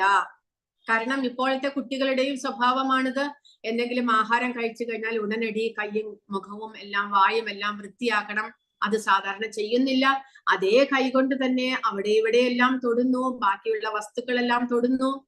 അപ്പോൾ അത് പാടില്ല. പാശ്ചാത്യ രാജ്യങ്ങളിൽ ആ സമയത്ത് ഇതെല്ലാം അദ്ദേഹത്തിന്റെ ശിഷ്യന്മാർ അതെല്ലാം ചെയ്തിരുന്നു. അതുകൊണ്ട് അദ്ദേഹം പറഞ്ഞു കൊടുക്കുകയാണ്, ആഹാരം കഴിച്ചു കഴിഞ്ഞാൽ കൈ കഴുകണം, വായയും കഴുകണം. ബ്രാഹ്മണൻ അങ്ങനെ ചെയ്യില്ല. ഇന്ത്യയിൽ അങ്ങനെ ചെയ്താൽ അദ്ദേഹം കടുത്ത വിമർശനത്തിന് വിധേയനാകുമായിരുന്നു. അതുകൊണ്ട് അല്പം കഴിച്ചാലും ഉടൻ കഴുകണം. നിങ്ങൾ ഭക്ഷണം കഴിക്കുന്ന സ്ഥലവും ഉടൻ കഴുകണം. അപ്പോൾ ഓരോ തവണ നമ്മൾ ആഹാരം കഴിച്ചിട്ട് എണീക്കുമ്പോഴും എന്ത് കഴിച്ചാലും നമ്മൾ എടുത്ത പാത്രങ്ങളും, ഭക്ഷണം കഴിക്കാൻ എടുത്ത പാത്രങ്ങളും, നമ്മുടെ കൈയും മുഖവും, നമ്മൾ എവിടെയെങ്കിലും ഇരുന്ന് കഴിച്ചതാണെങ്കിൽ ആ സ്ഥലവും എല്ലാം വൃത്തിയാക്കണം. കാരണം അതെല്ലാം തന്നെ അശുദ്ധമാകുകയാണ്. അപ്പോൾ ആ സ്ഥലത്ത്, കാരണം ഇതെല്ലാത്തിന്റെയും ബാക്ക്ഗ്രൗണ്ട് എന്താണെന്ന് വെച്ചാൽ നമ്മൾ ഭഗവാന് വേണ്ടിയിട്ട് പ്രസാദം അല്ലെങ്കിൽ ഭോഗം പ്രിപ്പയർ ചെയ്യുന്നത് കൊണ്ടാണ്. കാരണം നമ്മൾ അതേ സ്ഥലത്ത് ഭഗവാന് വേണ്ടിയിട്ട് എന്തെങ്കിലും ഉണ്ടാക്കാൻ വേണ്ടിയിട്ട് എന്തെങ്കിലും സാധനങ്ങൾ കൊണ്ടുവച്ചാൽ ആ സാധനങ്ങൾ അത് വറ്റായിട്ട് മാറുകയല്ലേ. അതുകൊണ്ടാണ് നമ്മൾ ശുചിത്വം പാലിക്കണം എന്നുള്ള ആ ഒരു നിബന്ധന പ്രഭുപാദ പറയുന്നത്. അപ്പോൾ പ്രഭുപാദരുടെ ശിഷ്യൻ ഒരു തവണ എന്താണ് ചെയ്യുന്നത്? ഒരു കയ്യിൽ അവന്റെ പ്ലേറ്റും മറു കയ്യിൽ പഴവും എടുത്ത് ഞാൻ വാതിൽക്കലേക്ക് നീങ്ങി. പക്ഷെ ശ്രീല പ്രഭുപാദർ ഉടനെ എന്നെ തടഞ്ഞു. ഭക്ഷണം കഴിച്ച പ്ലേറ്റ് വൃത്തികെട്ടതാണ് എന്ന് അദ്ദേഹം ചൂണ്ടിക്കാട്ടി. ഞാൻ അതെടുത്ത് സ്പർശിച്ച് എന്നെ തന്നെ മലിനമാക്കി. തുടർന്ന് ഭഗവാന് സമർപ്പിക്കാനുള്ള പഴത്തിൽ ഞാൻ തൊട്ടു. കൈ കഴുകിയ സാധനങ്ങൾ വേറെ എടുക്കാൻ അദ്ദേഹം പറഞ്ഞു. അപ്പോൾ പ്രഭുപാദരുടെ ശിഷ്യൻ എന്താണ് ചെയ്തത്? അദ്ദേഹം ഊണ് കഴിച്ചിട്ട് കൈ കഴുകാതെ ആ പ്ലേറ്റും എടുത്തു. മറു കൈയിലാണെങ്കിലോ ഊണ് കഴിച്ച പ്ലേറ്റ് ഒരു കൈയിൽ, മറ്റേ കൈയിൽ ഭഗവാന് നിവേദിക്കാനുള്ള പഴവും എടുത്തുകൊണ്ട് അദ്ദേഹം പുറപ്പെട്ടു എന്ന്. അതുവഴി അദ്ദേഹം എല്ലാത്തിനെയും അശുദ്ധമാക്കിയില്ലേ എന്നാണ് പ്രഭുപാദ ചോദിക്കുന്നത്. അവർക്കത് മനസ്സിലാകുന്നില്ല. പക്ഷെ പ്രഭുപാദ ചൂണ്ടിക്കാണിക്കുന്നു, ഇത് തെറ്റാണ്. കാരണം പ്ലേറ്റ് ആഹാരം കഴിച്ചതാണ്, അത് അശുദ്ധിയുള്ളതാണ്. അതെടുത്തത് കൊണ്ട് നിങ്ങളുടെ കൈയും അശുദ്ധിയായിരിക്കുന്നു. അതുകൊണ്ട് ആ പ്ലേറ്റ് കഴുകി അതോടൊപ്പം നിങ്ങളുടെ കൈയും നിങ്ങൾ കഴുകണം. അതിനോടൊപ്പം നിങ്ങൾ വേറെ എന്തെങ്കിലും വസ്തുക്കൾ എടുക്കുകയാണെങ്കിൽ അതും അശുദ്ധമാകുന്നു. അതുകൊണ്ട് ആഹാരം കഴിച്ചു കഴിഞ്ഞാൽ ഉടനടി നമ്മൾ കഴിച്ച പ്ലേറ്റ്, നമ്മുടെ കൈ, വായു, പിന്നെ ആഹാരം കഴിച്ച സ്ഥലം, അതെല്ലാം ആദ്യം തുടച്ച് വൃത്തിയാക്കിയതിന് ശേഷം പിന്നീട് വേറെ ഏതെങ്കിലും കാര്യങ്ങൾ ചെയ്യുക. ഞാൻ തറയിലിരുന്ന് ഒരു പാത്രത്തിൽ നിന്ന് സ്പൂൺ കൊണ്ട് ഭക്ഷണം കഴിക്കുകയായിരുന്നു. ഞാൻ പിന്നിലേക്ക് മുട്ടുകുത്തി. ഞാൻ സ്പൂൺ താഴേക്കിട്ടു. എന്റെ കാൽമുട്ടിൽ കൈവച്ചു. ഉടനെ ശ്രീല പ്രഭുപാദ എന്നെ നോക്കി പറഞ്ഞു, ഓ, നിങ്ങൾ കഴിക്കുകയാണോ? വൃത്തികെട്ട കൈകൊണ്ട് ഒരു കുട്ടി തന്റെ വസ്ത്രങ്ങൾ മലിനമാക്കുന്നത് ചിത്രീകരിക്കുന്നത് പോലെ എങ്ങനെയാണ് അദ്ദേഹം എന്താണ് ചെയ്തത്? അദ്ദേഹം ആഹാരം കഴിച്ചുകൊണ്ടിരിക്കുകയായിരുന്നു. അതിനിടയ്ക്ക് അദ്ദേഹം എന്ത് ചെയ്തു? ആഹാരം കഴിക്കുന്ന സ്പൂൺ താഴെ ഇട്ടിട്ട് ആ മലിനമാക്കപ്പെട്ട ആഹാരം കഴിച്ചുകൊണ്ടിരുന്ന കൈ കൊണ്ട് തന്റെ ശരീരത്തെ അദ്ദേഹം സ്പർശിക്കുന്നു. അപ്പോൾ ആഹാരം കഴിക്കുമ്പോൾ നമ്മുടെ കൈയും മലിനമാകുകയാണ്. ആ കൈ കൊണ്ട് നമ്മൾ നമ്മുടെ ദേഹത്തെ സ്പർശിച്ചാൽ നമ്മുടെ ദേഹവും അശുദ്ധമാകുകയാണ് എന്ന് പ്രഭുപാദ ചൂണ്ടിക്കാണിക്കുന്നു. അതുകൊണ്ട് ആഹാരം കഴിക്കുമ്പോൾ നമ്മുടെ കൈ മാത്രം പ്ലേറ്റിനെ ടച്ച് ചെയ്യണം. കൈ മാത്രം വായിലേക്ക് പോകണം. ആ കൈ കൊണ്ട് വേറെ എവിടെയും സ്പർശിക്കരുത്. അത് നമ്മുടെ ശരീരത്തെ മലിനമാക്കപ്പെടുന്നു. മ്യൂക്കസ്, കഫം, കണ്ണുനീർ, വിയർപ്പ്, ഇയർ വാക്സ്, അതായത് ഇതെല്ലാം കാണിക്കുന്നത് എന്ത് പറഞ്ഞാൽ നമ്മുടെ ഈ നവദ്വാരങ്ങൾ ഉണ്ടല്ലോ ശരീരത്തിലെ, ആ ശരീരത്തിലെ നവദ്വാരങ്ങളിൽ നിന്നും അകത്തുള്ള നമ്മുടെ ശരീരത്തിന്റെ ഉള്ളിലുള്ള അഴുക്കുകളാണ് പുറത്തേക്ക് വരുന്നത്. അപ്പോൾ ആ സ്ഥലങ്ങളിലെല്ലാം നമ്മൾ കൈകൊണ്ട് തൊട്ടതിന് ശേഷം ആ കൈ കഴുകാതെ പിന്നെ ഭഗവാന്റെ സേവനങ്ങൾ ഒന്നും ചെയ്യരുത് എന്നിവിടെ പറയുന്നു. ഈവൻ കണ്ണിൽ നിന്നും, കണ്ണിലെ പീളകൾ എടുക്കുക, കണ്ണ് ചൊറിയുക, ചെവി ചൊറിയുക, ഇതെല്ലാം ചെയ്തിട്ട് നമ്മൾ കൈ കഴുകാതെ അതേ കൈ കൊണ്ട് തന്നെ ജപമാല തൊടുകയോ അല്ലെങ്കിൽ ഭഗവാന്റെ വേറെ ഏതെങ്കിലും സേവകൾ ചെയ്യുകയോ ഒരിക്കലും ചെയ്യരുത്. കാരണം ഇതെല്ലാം തന്നെ ആന്തരിക അവയവങ്ങളുടെ ബാഹ്യമായിട്ടുള്ള ഓപ്പണിംഗ് ആണ്, അതായത് ദ്വാരങ്ങളാണ്. അതിലൂടെ ശരീരത്തിനുള്ളിലെ വേസ്റ്റ് ആണ് പുറത്തേക്ക് വരുന്നത്, അല്ലെ? ചെവിയിൽ നിന്ന് ചെവിയുടെ അകത്തുള്ള വേസ്റ്റ് പുറത്തേക്ക് വരുന്നു. കണ്ണിൽ നിന്ന് കണ്ണിന്റെ അകത്തുള്ള വേസ്റ്റ് ആണ് പുറത്തേക്ക് വരുന്നത്. വായിൽ നിന്നും അതുപോലെ തന്നെ.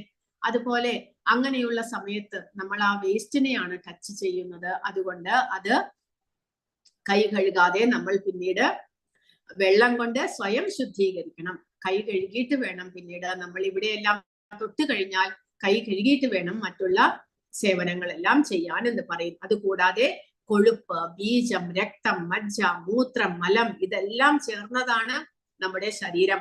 അപ്പോൾ ഈ ദ്വാരങ്ങളിലൂടെ ഇതെല്ലാമാണ് പുറത്തേക്ക് വരുന്നത്, അല്ലെ? നവദ്വാരങ്ങളിലൂടെ പുറത്തേക്ക് വരുന്നത് ഇതെല്ലാമാണ്. അതുകൊണ്ട് നമ്മൾ സോപ്പും ഒന്നുകിൽ ഭൂമി അല്ലെങ്കിൽ മണ്ണ് ഉപയോഗിച്ച് അല്ലെങ്കിൽ സോപ്പ് ഉപയോഗിച്ച് വെള്ളം ഉപയോഗിച്ച് നമ്മൾ സ്വയം ശുദ്ധീകരിക്കണം. കൂടാതെ ലൈംഗികത, ദുസ്വപ്നം, ഷേവിങ് ചെയ്ത് കഴിഞ്ഞാൽ, മുടി മുറിച്ചു കഴിഞ്ഞാൽ, നഖങ്ങൾ മുറിച്ചു കഴിഞ്ഞാൽ, ഛർദിച്ചു കഴിഞ്ഞാൽ, ഇതെല്ലാം ചെയ്തു കഴിഞ്ഞാലും നമ്മൾ കുളിക്കേണ്ടത് ആവശ്യമാണ് എന്ന്. ശരീരത്തെ വീണ്ടും നമ്മൾ ശുദ്ധീകരിക്കണം. നഖം മുറിക്കുന്നതും തലമുടി കട്ട് ചെയ്യുന്നതും എല്ലാം തന്നെ നഖം എന്നുള്ളത് ഒരു നഖം എന്നുള്ളത് നമ്മൾ നഖം കണ്ടിക്കുന്നത് എന്തുകൊണ്ടാണത്? അത് നഖത്തിന്റെ ആ നഖം വളർന്നു കഴിഞ്ഞാൽ പിന്നീട് അതിന് ജീവൻ ഉണ്ടാകുന്നില്ല. ആ ജീവൻ ഇല്ലാത്ത ഭാഗത്തെയാണ് നമ്മൾ കണ്ടിച്ചു കഴിയുന്നത്. അതുപോലെ തന്നെ തലമുടിയും ജീവനില്ലാത്ത വസ്തുവാണ്. അതിനെ കണ്ടിച്ചു കഴിഞ്ഞാലും, കാരണം അതിനെല്ലാം തൊടുമ്പോൾ നമുക്ക് വേദനിക്കുന്നില്ലല്ലോ. നഖം കണ്ടിക്കുമ്പോൾ നമുക്ക് വേദനിക്കുന്നില്ല. കാരണം എന്താണ്? അവിടെ ജീവനില്ല, നമുക്ക് സെൻസ് അറിയുന്നില്ല. അതുകൊണ്ട് അതെല്ലാം കണ്ടിച്ചു കഴിഞ്ഞാൽ നമ്മൾ കുളിക്കണം. തലമുടി വെട്ടിക്കഴിഞ്ഞാൽ നമ്മൾ കുളിക്കണം എന്ന് പണ്ടത്തെ ആൾക്കാർ പറയും. ഇപ്പോൾ ആരെങ്കിലും ചെയ്യുന്നുണ്ടോ എന്ന് അറിഞ്ഞുകൂടാ. സാധാരണ തലമുടി വെട്ടിക്കഴിഞ്ഞാൽ നമ്മൾ കുളിക്കണം, കാരണം അശുദ്ധമാകുന്നു നമ്മൾ. അതുപോലെ അപ്പോൾ ഇതെല്ലാം ചെയ്തു കഴിഞ്ഞാൽ നമ്മൾ കുളിക്കേണ്ടത് അത്യാവശ്യമാണ്. അതെല്ലാം വൈഷ്ണവ സംസ്കാരമാണ്. എങ്ങനെയെല്ലാം നമുക്ക് കുളിക്കാം, ശുദ്ധമാക്കാം, ശരീരത്തെ ശുദ്ധമാക്കാം? ഭൂമി ഉപയോഗിച്ച് പാർത്ഥിവ സ്നാന, അതായത് മണ്ണ്, നല്ല പൂഴി മണ്ണെടുത്ത് ആൾക്കാർ മേത്ത് തേച്ച് കുളിക്കാറുണ്ട്. അതും ഒരു കുളിയാണ് എന്ന്. വെള്ളം ഉപയോഗിച്ച് വരുണ സ്നാന, വെള്ളം ഉപയോഗിച്ച് ആഗ്നേയ സ്നാന, ഒരു യാഗ അഗ്നിയിൽ നിന്നുള്ള ചാരം ഉപയോഗിച്ച് നമുക്ക് കുളിക്കാം. വായവ്യ സ്നാന, പശുക്കൾ ഉയർത്തുന്ന പൊടി നിറഞ്ഞ വായുവുമായി സമ്പർക്കം പുലർത്തിക്കൊണ്ട് നമുക്ക് കുളിക്കാം.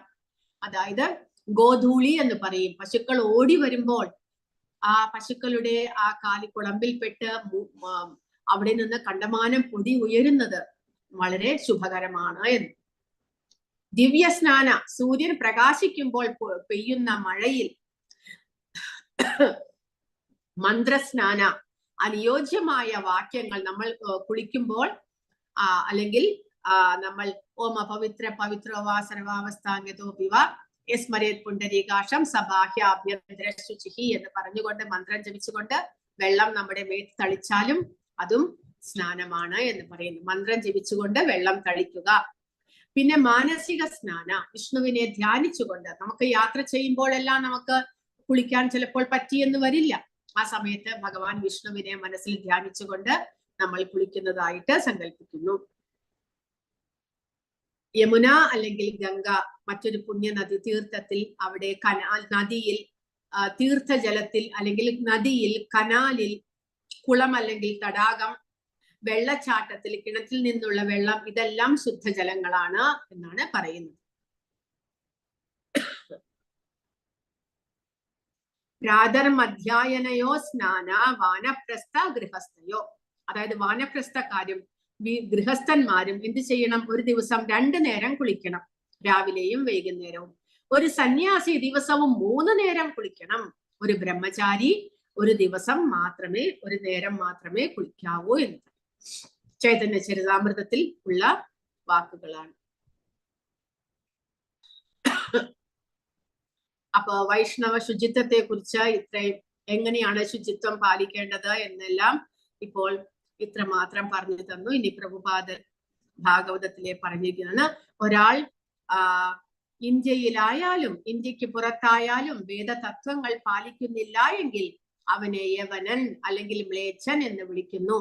വൈദിക നിയമങ്ങളിലും ചട്ടങ്ങളിലും നിർദ്ദേശിച്ചിട്ടുള്ള ശുചിത്വ തത്വങ്ങൾ യഥാർത്ഥത്തിൽ പാലിക്കാത്ത ഒരാളായിരിക്കും പല പകർച്ചവ്യാധികൾക്കും വിധേയമാകുന്നത് എന്ന് പറയുന്നു. അപ്പോൾ ഈ ശുചിത്വം എന്നുള്ളത് ഇപ്പോൾ നമ്മൾ 2 നേരം കുളിക്കുന്നതും അലക്കി തേച്ച വസ്ത്രങ്ങൾ ധരിക്കുന്നതും, തലമുടി കണ്ടിച്ചു കഴിഞ്ഞാലും നഖം വെട്ടിക്കഴിഞ്ഞാലും എല്ലാം കുളിക്കുന്നതും എല്ലാം തന്നെ നമ്മളെ പരിശുദ്ധമാക്കുന്നു, നമ്മളെ അതുപോലെ തന്നെ ആരോഗ്യവാന്മാരാക്കുന്നു. ഇല്ലെങ്കിലോ കുളിക്കാതെ ഇരിക്കുന്നവർക്കും അങ്ങനെയുള്ളവർക്കും എല്ലാമാണ് പുറമേ യാത്ര ചെയ്ത് പോയി വന്നിട്ടും വീട്ടിൽ വന്നാലും കുളിക്കാതെ അതേ ഡ്രസ്സ് ഇട്ടുകൊണ്ട് കൈകാല് പോലും കഴുകാതെ ഇരിക്കുന്നവർക്കെല്ലാമാണ് ഇങ്ങനെ പകർച്ചവ്യാധി പടരാനായിട്ട് സാധ്യതയുള്ളത്. നേരെ മറിച്ച് പുറത്തു പോയി വന്നു കഴിഞ്ഞാൽ ഉടനടി വസ്ത്രം മാറ്റി കുളിച്ച് നമ്മൾ ശുദ്ധിയായി കഴിഞ്ഞാൽ ഒരിക്കലും നമുക്ക് അതുപോലെയുള്ള അസുഖങ്ങൾ ബാധിക്കുന്നില്ല. അത് നമ്മളെ ആരോഗ്യവാന്മാരാക്കുന്നു. അതുകൊണ്ട് പണ്ട് മുതൽക്ക് തന്നെ നമ്മുടെ ഭാരതത്തിൽ ഇതുപോലെയുള്ള സംസ്കാരങ്ങൾ വളർത്തിക്കൊണ്ടുവന്നിരുന്നു. പക്ഷെ പിന്നീട് അത് കാലക്രമേണ ഇല്ലാതായി. പക്ഷെ ഇസ്കോൺ ഇപ്പോഴും ഇതേ ശുചിത്വത്തിന് മാനദണ്ഡം നൽകുന്നു. എല്ലാ ഭക്തന്മാരും ഇതുപോലെ ശുചിയായി ഇരിക്കേണ്ടത് അത്യാവശ്യമാണ്. നിങ്ങളുടെ രാജ്യം അമേരിക്ക നിങ്ങൾ വിപ്ലവകാരികളാണെങ്കിൽ അവർ അഭിനന്ദിക്കുന്ന തരത്തിൽ അധപ്പതിക്കും.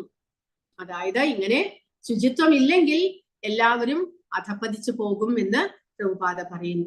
ഈ ശുചിത്വത്തിന് ഞാൻ വളരെ പ്രാധാന്യം നൽകുന്നു. അവർ അശുദ്ധരാകുകയാണെങ്കിൽ ഞാൻ അവരെ എന്തുപോലെ ശിക്ഷിക്കും. അവർക്ക്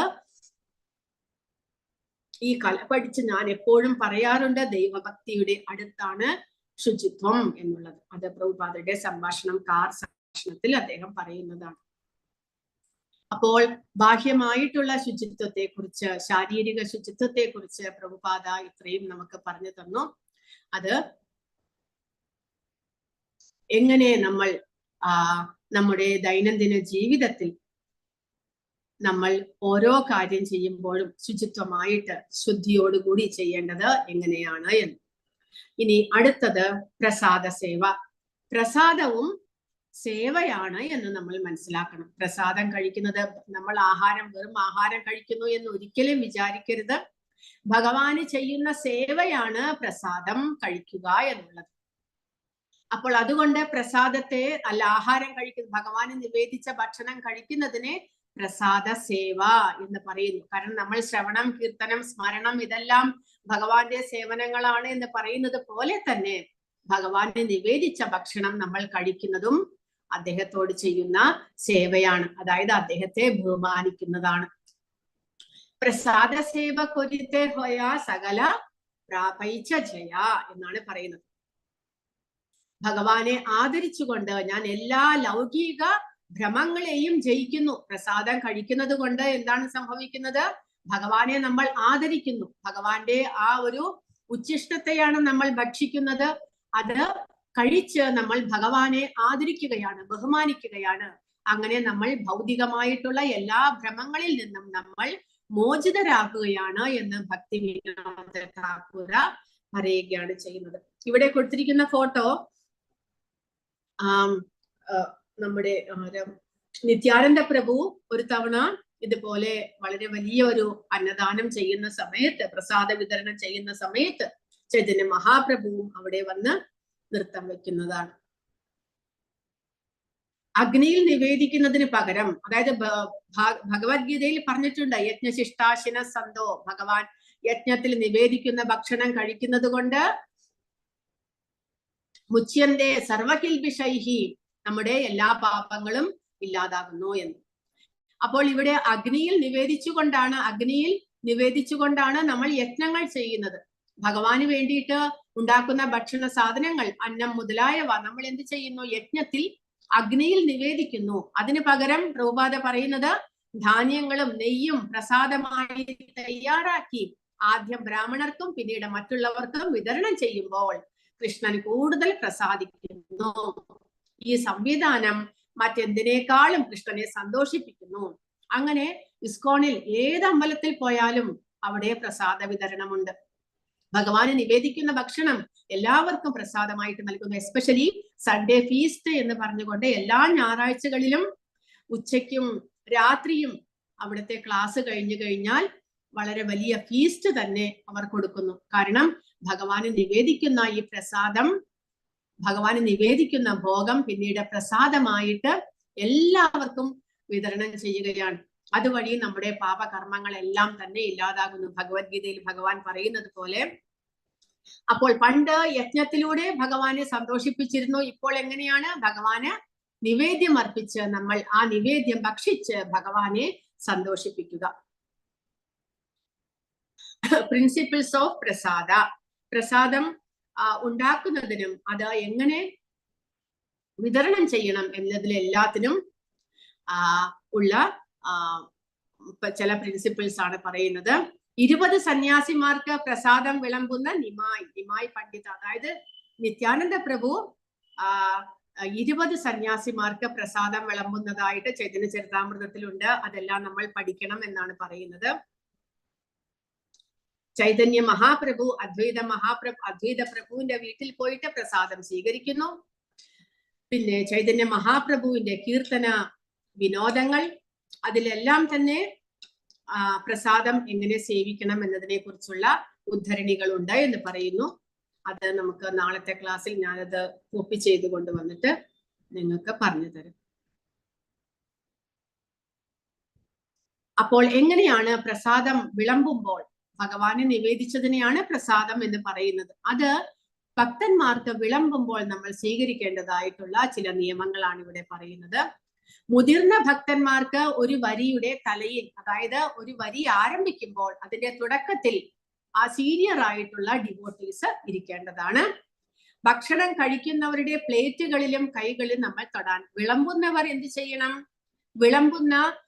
വിളമ്പുന്നവരുടെ കൈയാകട്ടെ, അവർ ഉപയോഗിക്കുന്ന പാത്രങ്ങളാകട്ടെ, അതിലുള്ള കൈലുകളാകട്ടെ, ഒന്നും തന്നെ ഭക്ഷണം കഴിക്കാനിരിക്കുന്ന ആളുകളുടെ പാത്രങ്ങളിൽ തൊടരുത്. ഇത് നമ്മുടെ വീടുകളിലും നിർബന്ധമല്ലേ? വീടുകളിലും നമ്മൾ കൂട്ടാനും ചോറും എല്ലാം വിളമ്പുമ്പോൾ ആ കൈലുകളൊന്നും തന്നെ നമ്മുടെ പ്ലേറ്റിൽ നമ്മൾ തൊടിയിക്കുന്നില്ല. നമ്മൾ ആഹാരം കഴിക്കാൻ തുടങ്ങിക്കഴിഞ്ഞാൽ പിന്നീട് ആ പ്ലേറ്റിൽ തൊടരുത്. കാരണം അത് പിന്നീട് വറ്റാകുന്നു. ഉടനടി നമ്മൾ കഴുകണം, അശുദ്ധമാകുന്നത് കൊണ്ട്. പ്രസാദം സേവിക്കാൻ നിങ്ങളുടെ വലത് കൈ മാത്രം ഉപയോഗിക്കുക. ഇത് പാശ്ചാത്യർക്കുള്ള ഉപദേശമാണ്. കാരണം അവർ 2 കൈകളിലും ആഹാരം കഴിക്കുമായിരുന്നു. അതുകൊണ്ട് വലത് കൈ മാത്രം ഉപയോഗിക്കണം എന്ന് പ്രഭുപാദ നിർദ്ദേശിക്കുന്നു. നിങ്ങളുടെ വായ, പാദങ്ങൾ, മുടി, താഴത്തെ ശരീരം എന്നിവയിൽ തൊടാൻ പാടില്ല. ആഹാരം കഴിക്കുമ്പോൾ നമ്മൾ എവിടെയും തൊടരുത്. അലറുകയോ തുമ്മുകയോ ചെയ്യുന്നത് ഒഴിവാക്കുക. സേവിക്കുന്ന പാത്രങ്ങൾ, അതായത് വിളമ്പുന്ന പാത്രങ്ങൾ ആരുടെയും കാലിൽ തൊടാൻ പാടില്ല. അതിഥിയെ ഒരിക്കലും ശൂന്യമായ പ്ലേറ്റ് കൊണ്ട് ഉപേക്ഷിക്കുക. അതായത് ഒരാൾ വെറും മുമ്പിൽ പ്ലേറ്റിൽ വിളമ്പാതെ, ആഹാരം കഴിക്കാതെ ആരെയും പോകാൻ വിടരുത്. എല്ലാവർക്കും ആഹാരം വിളമ്പണം എന്ന് പറയുന്നു. ആ ഇനങ്ങളുടെ, അതായത് വിളമ്പുന്ന പ്രസാദത്തിന്റെ അത്ഭുതകരമായ ഗുണങ്ങൾ നമ്മൾ വിവരിക്കണം ആ സമയത്ത് എല്ലാവരും ആഹാരം കഴിക്കുമ്പോൾ. കാരണം പ്രസാദമാണ്, ഭഗവാൻ കഴിച്ച ഉച്ഛിഷ്ടമാണ്. അതിന്റെ ഗുണങ്ങളെ നമ്മൾ വിവരിക്കണം. ഇരിക്കുന്ന എല്ലാവർക്കും ഒരേ സാധനങ്ങൾ തന്നെ നൽകണം. ഒരാൾക്ക് ചിലത് ഒരെണ്ണം, വേറൊരാൾക്ക് വേറൊരെണ്ണം, അങ്ങനെ കൊടുക്കരുത്. എല്ലാവർക്കും ഒരേപോലെ തന്നെ, എല്ലാവരും ഒരേപോലെ സന്തോഷിക്കണം. ഒരാളുടെ മനസ്സിലും വിഷമം തോന്നുന്ന വിധത്തിൽ നമ്മൾ ആഹാരം വിതരണം ചെയ്യരുത്, പ്രസാദം വിതരണം ചെയ്യരുത് എന്ന് പറയും. ആദ്യം ആഹാരം വിളമ്പുമ്പോൾ അരി, ധാന്യങ്ങളായിട്ടുള്ള വസ്തുക്കൾ ആദ്യം വിളമ്പുക. പിന്നീട് കയ്പ്, പിന്നെ ഇലക്കറികൾ മുതലായവ ഉണ്ടെങ്കിൽ അത് വിളമ്പണം. പിന്നെ ദാൽ വിളമ്പണം. പിന്നെ പലഹാരങ്ങൾ, പിന്നെ ചട്ടിണികൾ മുതലായവ. മധുര പലഹാരങ്ങൾ നമ്മൾ അവസാനമാണ് വിളമ്പേണ്ടത്. ആദ്യം തന്നെ ഡ്രൈ ഐറ്റംസ്, സ്വീറ്റ് ആയിട്ടുള്ളത് ഒന്നും ആദ്യം വിളമ്പരുത്. ഇതെല്ലാം സദ്യവട്ടങ്ങളിൽ നമ്മുടെ സദ്യവട്ടങ്ങളിൽ നമ്മൾ ഇങ്ങനെയെല്ലാമാണ് ചെയ്യുന്നത്. അപ്പോൾ ഇതെല്ലാം പാശ്ചാത്യർക്ക് അവർക്ക് അറിയാത്തത് കൊണ്ട് അവർക്ക് ഉപദേശിച്ചു കൊടുക്കുകയാണ് പ്രഭുപാദ ചെയ്യുന്നത്. വൃത്തിയും സമാധാനവുമുള്ള സ്ഥലത്ത് വേണം ആഹാരം കഴിക്കാൻ. ഒരു പൊട്ടാത്ത ആസനത്തിൽ, ഒരു വക്കൊന്നും പൊട്ടാത്ത പ്ലേറ്റിൽ തന്നെ നമ്മൾ ആഹാരം കഴിക്കണം. കൃഷ്ണനുമായി ബന്ധപ്പെട്ട അല്ലെങ്കിൽ പ്രസാദത്തെ മഹത്വപ്പെടുത്തുന്ന ലഘു സംഭാഷണങ്ങൾ നടത്തണം. കിടക്കയിൽ ഇരുന്നു കൊണ്ട് ഭക്ഷണം കഴിക്കുകയോ വെള്ളം കുടിക്കുകയോ ചെയ്യരുത്. അജ്ഞാതരുടെയോ ശത്രുതയുള്ളവരുടെയോ സാന്നിധ്യത്തിൽ ഭക്ഷണം കഴിക്കാൻ പാടില്ല. ഒരു രോമമോ പ്രാണിയോ നമ്മുടെ ആഹാരത്തിൽ കാണപ്പെടുകയാണെങ്കിൽ പിന്നീട് അത് കഴിക്കാൻ പാടില്ല എന്ന് പറയുന്നു. അതുകൊണ്ട് അതൊന്നും നമ്മുടെ ആഹാരത്തിൽ കാണപ്പെടരുത്.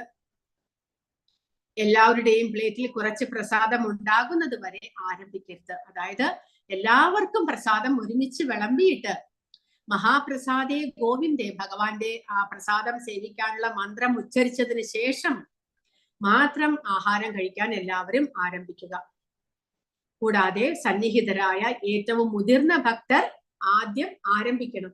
നമ്മൾ എല്ലാവരും കൂടെ ഒരുമിച്ചിരിക്കുമ്പോൾ നമുക്ക് നമ്മുടെ ഇടയിൽ ആരാണോ മുതിർന്നവരായിട്ടുള്ളത് അവർ ആദ്യം ആഹാരം കഴിക്കാൻ ആരംഭിക്കേണ്ടതാണ്. ആ സമയത്ത് ആരെങ്കിലും നമ്മുടെ വീട്ടിലേക്ക് കടന്നു വന്നാൽ അവരെയും പ്രസാദം കഴിക്കാൻ വിളിക്കണം. ഇടത് കൈ നിലത്ത് വെക്കണം.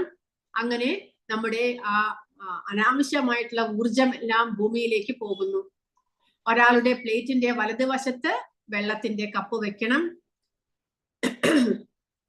പിന്നെ കടിച്ചു തിന്നരുത് എന്നിവിടെ പ്രഭുപാദ പറയുന്നു. അതായത് വലിയ സാധനങ്ങൾ ഉണ്ടെങ്കിൽ നമ്മൾ കൈകൊണ്ട് പൊട്ടിച്ചിട്ട് തന്നെ കഴിക്കണം, അല്ലാതെ വായിൽ വെച്ച് കടിച്ച് വലിച്ച് അങ്ങനെയൊന്നും കഴിക്കരുത്. കൂടാതെ എഴുന്നേൽക്കുന്നതിന് മുൻപ്, ആഹാരം കഴിച്ച് എഴുന്നേൽക്കുന്നതിന് മുൻപ് ജപിക്കണം. ഭഗവാന്റെ നാമജപം ചെയ്തിട്ട് നമ്മൾ എണീക്കണം. കൂടാതെ നമ്മുടെ ഒപ്പം ഉണ്ടായിട്ടുള്ള മുതിർന്നവർ എണീറ്റതിന് ശേഷം മാത്രമേ നമ്മൾ എണീക്കാനായിട്ട് പാടുള്ളൂ. വലിയ വിശ്വാസത്തോടെ പ്രസാദം സ്വീകരിക്കുകയും ഭഗവാന്റെ വിശുദ്ധ നാമം ജപിക്കുകയും ദേവത, മഹാപ്രസാദം, പുണ്യനാമം എന്നിവ ദൈവത്തിൻ്റെതെന്ന് എപ്പോഴും സ്മരിക്കുകയും വേണം. അതായത് ഭഗവാന്റെ അനുഗ്രഹത്താലാണ് നമുക്ക് ഇങ്ങനെ ആഹാരം കഴിക്കാൻ സാധിച്ചത് എന്നുള്ള ആ ഒരു ചിന്തയോടുകൂടി നമ്മൾ പ്രസാദം സേവിക്കേണ്ടതാണ്. എങ്ങനെയാണോ ഭഗവാൻ കൃഷ്ണനോടൊപ്പം ഗോപാല ബാലകന്മാർ വൃന്ദാവനത്തിൽ ഇരുന്നു കൊണ്ട് എല്ലാവരും ഒരുമിച്ച് ഭഗവാന്റെ സ്മരണയിൽ ഭഗവാനെ സന്തോഷിപ്പിച്ചുകൊണ്ട് പ്രസാദം കഴിച്ചിരുന്നത്. ഇതിനെ പ്രസാദ സേവ എന്നാണ് വിളിക്കുന്നത്. പ്രസാദ ആസ്വാദനം എന്നല്ല. സേവ എന്നതിന് അർത്ഥം സേവനം നൽകുക. പ്രസാദം കൃഷ്ണനെ പോലെ ഉത്തമമാണ്. അതിനാൽ പ്രസാദത്തെ കൃഷ്ണനെ പോലെ തന്നെ ബഹുമാനിക്കണം. പ്രസാദം ലഭിച്ചാൽ ഉടൻ അയാൾ തലയിൽ തൊടുന്നു. നമുക്ക് ഏതെങ്കിലും അമ്പലത്തിലെ പ്രസാദമെല്ലാം ലഭിച്ചാൽ ഉടനടി തലയിൽ സ്പർശിച്ച് അതിനെ ബഹുമാനിച്ചിട്ട് ഭഗവാന്റെ സ്മരണയോടുകൂടി ഉടനടി നമ്മൾ വായിൽ ഇടേണ്ടതാണ്. ആ സമയത്ത് വേറൊന്നും ആലോചിക്കരുത്. ഇപ്പോൾ തിരുപ്പതിയിലെ പ്രസാദം, പുരിയിലെ പ്രസാദം, ആരെങ്കിലും അവിടെയെല്ലാം യാത്ര പോയിട്ട് നമുക്ക് ഒരു കഷ്ണം പ്രസാദം തന്നാൽ അതെടുത്ത് ബാഗിൽ വെക്കുകയോ പിന്നെ കഴിക്കാമെന്ന് വെക്കുകയോ ഒരിക്കലും ചെയ്യരുത്. കാരണം ഭഗവാന്റെ കരുണയാണ്. ഉടനടി അതിനെ ആദരിക്കണം. എങ്ങനെ ആദരിക്കണം? അതിനെ ബഹുമാനിച്ച് നമ്മൾ ഉടനടി അതിനെ സേവ ചെയ്യണം, നമ്മൾ കഴിക്കണം എന്ന് പറയുന്നു. അത് കൃഷ്ണനാണ്. കേവലം ഈ വിധത്തിൽ ശാസ്ത്രങ്ങൾ നിർദ്ദേശിച്ചിരിക്കുന്നത് പോലെ നമ്മൾ പരിശീലിപ്പിക്കപ്പെടണം. അങ്ങനെ നമ്മൾ പരിശീലിക്കണം. അത് പ്രസാദം സേവിച്ച് ഭഗവാനെ സേവിക്കുന്നതിന് തുല്യമായിട്ട് പ്രസാദത്തെയും നമ്മൾ ബഹുമാനിച്ച് സേവിക്കണം എന്ന് പറയുന്നു.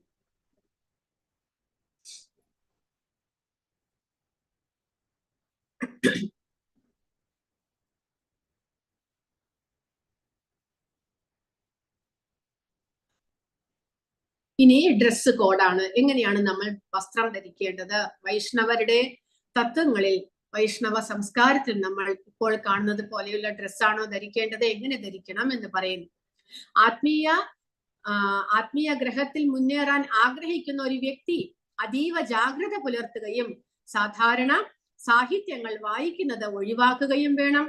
മനസ്സിൽ അനാവശ്യമായ പ്രക്ഷുബ്ധത സൃഷ്ടിക്കുന്ന സാധാരണ സാഹിത്യമാണ് ലോകം മുഴുവൻ. അത്തരം സാഹിത്യം ഉൾപ്പെടെ പത്രങ്ങൾ, നാടകങ്ങൾ, നോവലുകൾ, മാസികകൾ എന്നിവ യഥാർത്ഥത്തിൽ ആത്മീയ വിജ്ഞാനത്തിന്റെ പുരോഗതിക്ക് വേണ്ടിയുള്ളതല്ല. ആത്മീയ വിജ്ഞാനത്തിൽ മുന്നേറുന്ന ഏതൊരാളും അത്തരം സാഹിത്യങ്ങൾ തിരസ്കരിക്കണം. അതായത് ഇത്തരത്തിലുള്ള ഗ്രന്ഥങ്ങൾ നമ്മൾ വായിക്കുമ്പോൾ, ലൗകികമായ വിഷയങ്ങൾ പറയുന്ന ഗ്രന്ഥങ്ങൾ വായിക്കുമ്പോൾ അത് നമ്മുടെ മനസ്സിനെ പ്രക്ഷുബ്ധമാക്കുന്നു, നമ്മളെ ഭഗവാനിൽ നിന്ന് അകറ്റുന്നു. അതുകൊണ്ട് അങ്ങനെയുള്ള ഗ്രന്ഥങ്ങളൊന്നും വായിക്കേണ്ട ആവശ്യമില്ല. അതെല്ലാം വായിച്ച് നമ്മൾ നമ്മുടെ മനസ്സിനെ വ്യാകുലപ്പെടുത്തരുത് എന്ന് ശ്രീമദ് ഭാഗവതത്തിലും പ്രഭുപാദ പറഞ്ഞിട്ടുണ്ട്. ഇതെല്ലാം നമ്മുടെ ശീലമാക്കണം. എന്നാൽ ഈ ആൺകുട്ടികൾ, അതായത് പ്രഭുപാദരുടെ ശിഷ്യന്മാർ, പാശ്ചാത്യ അവിടുത്തെ ബോംബെയിലെ വെച്ചിട്ടുള്ള ക്ലാസ്സിലാണ് പ്രഭുപാദ പറയുന്നത്. അദ്ദേഹത്തിന്റെ അടുത്ത് നിൽക്കുന്ന ശിഷ്യന്മാരെ കുറിച്ച് പറയുന്നു. ഈ ആൺകുട്ടികൾ കൃഷ്ണാവബോധത്തിലേക്ക് വന്ന ഈ അമേരിക്കക്കാരായ ആൺകുട്ടികൾ, അവർ പുറത്താക്കിയതായി നിങ്ങൾ കണ്ടെത്തും. അതായത് പത്രം ഇപ്പോൾ അവർ തൊടുന്നേയില്ല എന്ന് പറയുന്നു. കൂടുതലൊന്നുമല്ല, പത്രം കൃഷ്ണകഥ ഇല്ലാത്തതിനാൽ അവർ അത് വായിക്കാൻ ഇഷ്ടപ്പെടുന്നില്ല. ഇതാണ് പരീക്ഷണം. ദിവസവും എന്താണ് സംഭവിക്കുന്നത് എന്ന് നമുക്കറിയില്ല.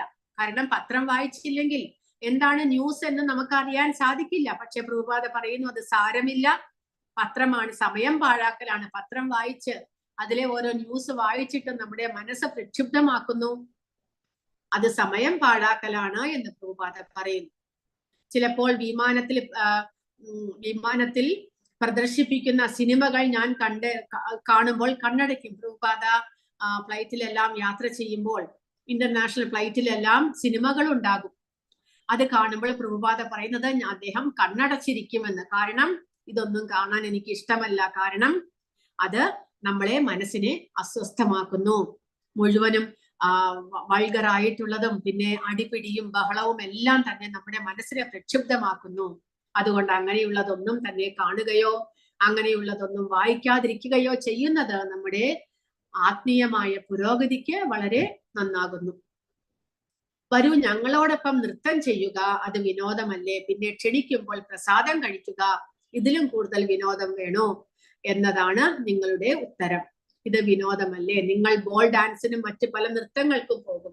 അപ്പോൾ പാശ്ചാത്യരോട് പറയുകയാണ്, നിങ്ങൾ ലോസ് ആഞ്ചലസിലെ പ്രഭാഷണമാണ്, അവിടെയുള്ളവരെല്ലാം ബാറിലും ബോൾ ഡാൻസിലും എല്ലാം ഡാൻസിനെല്ലാം പോകുന്നു, അവിടെ പണം കൊടുക്കുന്നു. പക്ഷെ ഇവിടെ ഫ്രീ ആയിട്ട് ഭഗവാന്റെ മുന്നിൽ കീർത്തനം ചെയ്ത് നൃത്തം ചെയ്ത് പ്രസാദം സേവിച്ച് നമുക്ക് കൃഷ്ണാവബോധത്തിലൂടെ മുന്നേറാൻ സാധിക്കും എന്നാണ് പ്രഭുപാദ പറയുന്നത്. ഇതെല്ലാം തന്നെ ഡ്രസ്സ്, ഇത് സൈന്യ പട്ടാളക്കാരുടെ ഡ്രസ്സാണിത്. ഇത് ധരിച്ചു കഴിഞ്ഞാൽ അവർ പട്ടാളക്കാരാണ് നമുക്ക് മനസ്സിലാകുന്നു. ഇത് ധരിച്ചു കഴിഞ്ഞാലും നമുക്ക് അവരുടെ ആ യൂണിഫോം കണ്ടു കഴിഞ്ഞാൽ അവർ ആരാണ് എന്ന് മനസ്സിലാകുന്നു. ഇതെല്ലാം രാജാവിനെയും രാജ്ഞിയെയും കണ്ടു കഴിഞ്ഞാൽ അവരുടെ ഡ്രസ്സിലൂടെ നമുക്ക് അവർ ആരാണ് എന്ന് മനസ്സിലാകുന്നു. അതുപോലെ വിവാഹം കഴിക്കുന്ന വധൂവരന്മാരെ അവരുടെ ഡ്രസ്സിലൂടെയാണ് നമ്മൾ മനസ്സിലാക്കുന്നത്. അതുപോലെ പ്രഭുപാദ ഇവിടെ കുട്ടികളുടെ യൂണിഫോം കണ്ടു കഴിഞ്ഞാൽ കുട്ടികൾ വിദ്യാർത്ഥികളാണ് എന്ന് മനസ്സിലാകുന്നു. അതുപോലെ പ്രഭുപാദ പറയുന്നു, സന്യാസിമാരെയും ബ്രഹ്മചാരികളെയും നമ്മൾ തിരിച്ചറിയുന്നത് അവരുടെ വസ്ത്രത്തിലൂടെ തന്നെയാണ് എന്നാണ് പ്രഭുപാദ പറയുന്നത്. കാവ്യ വസ്ത്രങ്ങളും തലമൊട്ടയടിച്ചതും അത്യാവശ്യമല്ല. ഒരു നല്ല മാനസിക സാഹചര്യം സൃഷ്ടിക്കുമെങ്കിലും അത് അത്യാവശ്യമാണ്. കാരണം ഒരു സൈനികൻ ശരിയായ രീതിയിൽ വസ്ത്രം ധരിക്കുമ്പോൾ അയാൾക്ക് ഊർജം ലഭിക്കുന്നത് പോലെ അവൻ ഒരു സൈനികനെ പോലെ തോന്നുന്നു. അതിനർത്ഥം അയാൾ യൂണിഫോം ഇല്ലെങ്കിൽ സൈനികൻ അല്ല എന്നാണോ? യൂണിഫോം ധരിച്ചില്ലെങ്കിൽ സൈനികൻ വെക്കേഷനെല്ലാം പോകുമ്പോൾ യൂണിഫോം ധരിക്കില്ല, അപ്പോൾ അയാൾ സൈനികൻ അല്ലേ? ആണ്. എന്നാലും ആ യൂണിഫോമിൽ അയാൾ ഒരു സൈനികനായിട്ട് അയാളുടെ ഉള്ളിൽ ആ ഒരു അവബോധം ഉണ്ടാകുന്നു. അതുപോലെ ഈശ്വരബോധം പരിശോധിക്കാൻ കഴിയില്ല, അതിലും അത് പുനരുജ്ജീവിപ്പിക്കാൻ നമ്മൾ ആ ഒരു ഭഗവാന്റെ സേവകനായിട്ടുള്ള ആ ഒരു വസ്ത്രങ്ങൾ ധരിക്കുമ്പോൾ നമുക്ക് സ്വയമേവ നമ്മുടെ അവബോധം മാറുന്നു. നമ്മൾ ഭഗവാന്റെ സേവകനാണ് എന്നുള്ള ഒരു അവബോധത്തിലേക്ക് നമ്മൾ മാറുകയാണ് ചെയ്യുന്നത്. അതിനാൽ നമ്മൾ ഒരു പ്രത്യേക രീതിയിൽ ജീവിക്കണം, ഒരു പ്രത്യേക രീതിയിൽ വസ്ത്രം ധരിക്കണം, ഒരു പ്രത്യേക രീതിയിൽ ഭക്ഷണം കഴിക്കണം. അങ്ങനെ വൈഷ്ണവ സംസ്കാരത്തിൽ ഇതെല്ലാം തന്നെ നമ്മൾ ഫോളോ ചെയ്യുന്നത് എന്തിനു വേണ്ടിയിട്ടാണ്? നമ്മുടെ അവബോധം ആ കൃഷ്ണാവബോധത്തിലേക്ക് മാറുവാനായിട്ട്. കാരണം പാശ്ചാത്യ രീതിയിലുള്ള വസ്ത്രങ്ങളെല്ലാം ധരിച്ചുകൊണ്ട് നമുക്ക് കൃഷ്ണാവബോധത്തിലേക്ക് മുന്നേറാൻ ഒരിക്കലും സാധ്യമല്ല. അത് നമ്മളെ ശരീരബോധത്തിലേക്ക് മാറ്റുന്നു. അതുകൊണ്ട് പുരുഷന്മാർ എപ്പോഴും ധോത്തിയും കുർത്തയും ധരിക്കുന്നതും അല്ലെങ്കിൽ നമ്മുടെ നാടൻ വസ്ത്രങ്ങൾ, ഭാരതീയ സംസ്കാര പ്രകാരമുള്ള വസ്ത്രങ്ങൾ ധരിക്കുന്നത് അതിനനുസരിച്ച് ഭഗവാന്റെ സേവകൾ ചെയ്യാൻ അത് നമ്മളെ സഹായിക്കുന്നു. അപ്പോൾ അങ്ങനെയുള്ള വസ്ത്രധാരണവും പ്രാധാന്യമുള്ളതാണ് എന്ന്.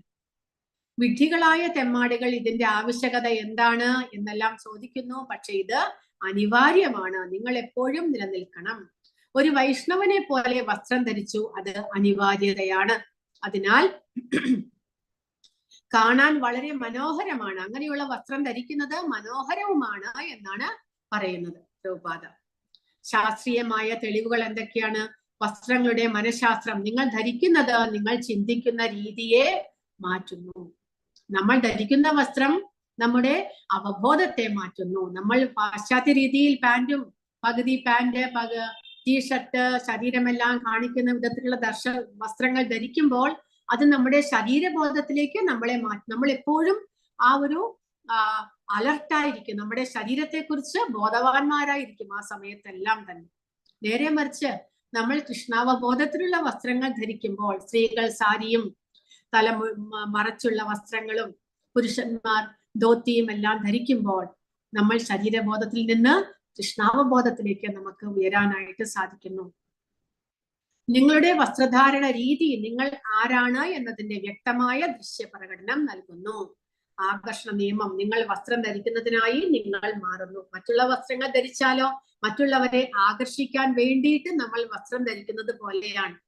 അതുപോലെ തന്നെ കൃഷ്ണാവബോധത്തിലുള്ള വസ്ത്രം ധരിക്കലും, നമ്മൾ ശുചിയായിട്ട് തലയെല്ലാം ഷേവ് ചെയ്ത് ക്ലീൻ ആയിട്ടുള്ള വസ്ത്രങ്ങൾ ധരിച്ച് നമ്മൾ നടക്കുമ്പോൾ അത് മറ്റുള്ളവർക്ക് മാതൃകയാകുന്നു, അവരെ ആകർഷിക്കാനായിട്ട് സാധിക്കുന്നു. ഇനി പക്ഷെ അങ്ങനെയാണെങ്കിൽ എല്ലാ സമയത്തും അതുപോലെ തന്നെ ആകണമെന്നില്ല. നമ്മൾ പ്രത്യേക സാഹചര്യത്തിൽ, നമ്മൾ പ്രത്യേക ദിക്കിലേക്ക് പോകുമ്പോൾ, ആരെയെങ്കിലും ദർശിക്കാൻ പോകുമ്പോൾ, നമ്മൾ ഏതെങ്കിലും ഒരു സിറ്റുവേഷനിൽ നമുക്ക് പാന്റും ഷർട്ടും ഇടണം എന്നെല്ലാം ഉണ്ടെങ്കിൽ നമുക്കത് മാറ്റാം. എങ്ങനെയാണോ പ്രഭുപാദ വിദേശങ്ങളിലേക്ക് പോകുമ്പോഴും ഫ്ലൈറ്റിൽ യാത്ര ചെയ്യുമ്പോഴും എല്ലാം അദ്ദേഹം ഇതുപോലെ കോട്ടെല്ലാം ഇട്ടിരുന്നു. അതാണ് അദ്ദേഹം പറയുന്നത്, പൊതുജനങ്ങളുമായി ഇടപഴകാൻ കഴിയുന്നത്ര സ്മാർട്ടായിട്ട് വസ്ത്രം ധരിക്കാം. വസ്ത്രധാരണ കൃഷ്ണനിൽ അപ്രധാനമാണെന്നും ഞാൻ ഇതിനോടകം നിങ്ങൾക്ക് എഴുതിയിട്ടുണ്ട്. ബോധം ഉള്ളിലാണ്, നമ്മുടെ ഉള്ളിലാണ് അവബോധം മാറേണ്ടത്. ഞാനൊരു സന്യാസിയാണ്, എന്നാൽ പ്രധാനപ്പെട്ട ചില ജോലികൾക്ക് ഞാനൊരു മിടുക്കനായ മാന്യനെ പോലെ വസ്ത്രം ധരിക്കേണ്ടതുണ്ടെങ്കിൽ ഞാനത് ഉടൻ സ്വീകരിക്കും. അദ്ദേഹം ഇന്റർവ്യൂവിന് പോകുമ്പോൾ, വലിയ സയന്റിസ്റ്റിനെ എല്ലാം കാണാൻ ഇന്റർവ്യൂ ചെയ്യാനെല്ലാം പോകുമ്പോൾ അപ്പോഴെല്ലാം അദ്ദേഹം അതുപോലെ സ്മാർട്ടായിട്ട് വസ്ത്രം ധരിക്കുമായിരുന്നു. അപ്പോൾ ആവശ്യമുള്ള സമയത്ത് നമ്മൾ അത് ധരിക്കണം, പക്ഷെ അനാവശ്യമായിട്ട് എപ്പോഴും അതുപോലെ ധരിക്കേണ്ട ആവശ്യമില്ല.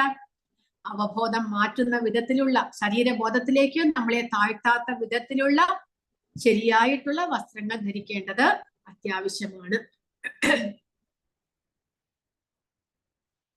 സാർവഭൗമ ഭട്ടാചാര്യർ പ്രതാപരുദ്ര രാജാവിന് നൽകിയ നിർദ്ദേശങ്ങളിൽ നിന്ന് നമ്മുടെ സേവനം സുഗമമാകുന്നതിന് ഏത് വിധത്തിലും വസ്ത്രധാരണം മാറ്റാം എന്ന് നമുക്ക് മനസ്സിലാക്കാം. ഞങ്ങളുടെ അംഗങ്ങൾ പൊതുജനങ്ങളെ കാണാനോ ഞങ്ങളുടെ പുസ്തകങ്ങൾ പരിചയപ്പെടുത്താനോ വസ്ത്രം മാറ്റുമ്പോൾ അവർ ഭക്തി തത്വങ്ങളെ ലംഘിക്കുന്നില്ല. കൃഷ്ണാവബോധ പ്രസ്ഥാനം പ്രചരിപ്പിക്കുക എന്നതാണ് യഥാർത്ഥ തത്വം. ഇതിനായി സ്ഥിരമായ പാശ്ചാത്യ വസ്ത്രധാരണത്തിലേക്ക് മാറേണ്ടി വന്നാൽ എതിർപ്പൊന്നും ഉണ്ടാകേണ്ടതില്ല എന്ന് ചൈതന്യ ചരിതാമൃത മധ്യലീലയിൽ പറയുന്നു. അങ്ങനെയുള്ള ആവശ്യം വന്നു കഴിഞ്ഞാൽ അതും സ്വീകരിക്കാം. പ്രഭുപാദ പറയുന്നു, കാലത്തിനനുസരിച്ച് സമയത്തിനനുസരിച്ച് നമ്മളും മാറേണ്ടതാണ്. പക്ഷെ പൊതുവായ വസ്ത്രധാരണ രീതി ഇതാണ് എന്ന് പറയുന്നു. നമ്മുടെ കൃഷ്ണാവബോധ പ്രസ്ഥാനത്തിൽ ഒരു സാധാരണ കർമ്മത്തെ പോലെ സ്വയം വസ്ത്രം ധരിക്കാനുള്ള തന്ത്രം ആവശ്യമാണ്. കാരണം അസുര രാജ്യത്തിലെ എല്ലാവരും വൈഷ്ണവ പഠിപ്പിക്കലുകൾക്ക് എതിരാണ്. എന്നിട്ടും കൃഷ്ണാവബോധത്തിന്റെ പ്രബോധകർ അവരുടെ വൈഷ്ണവ വേഷത്തിലോ മറ്റേതെങ്കിലും വസ്ത്രത്തിലോ മുന്നോട്ട് പോകണം.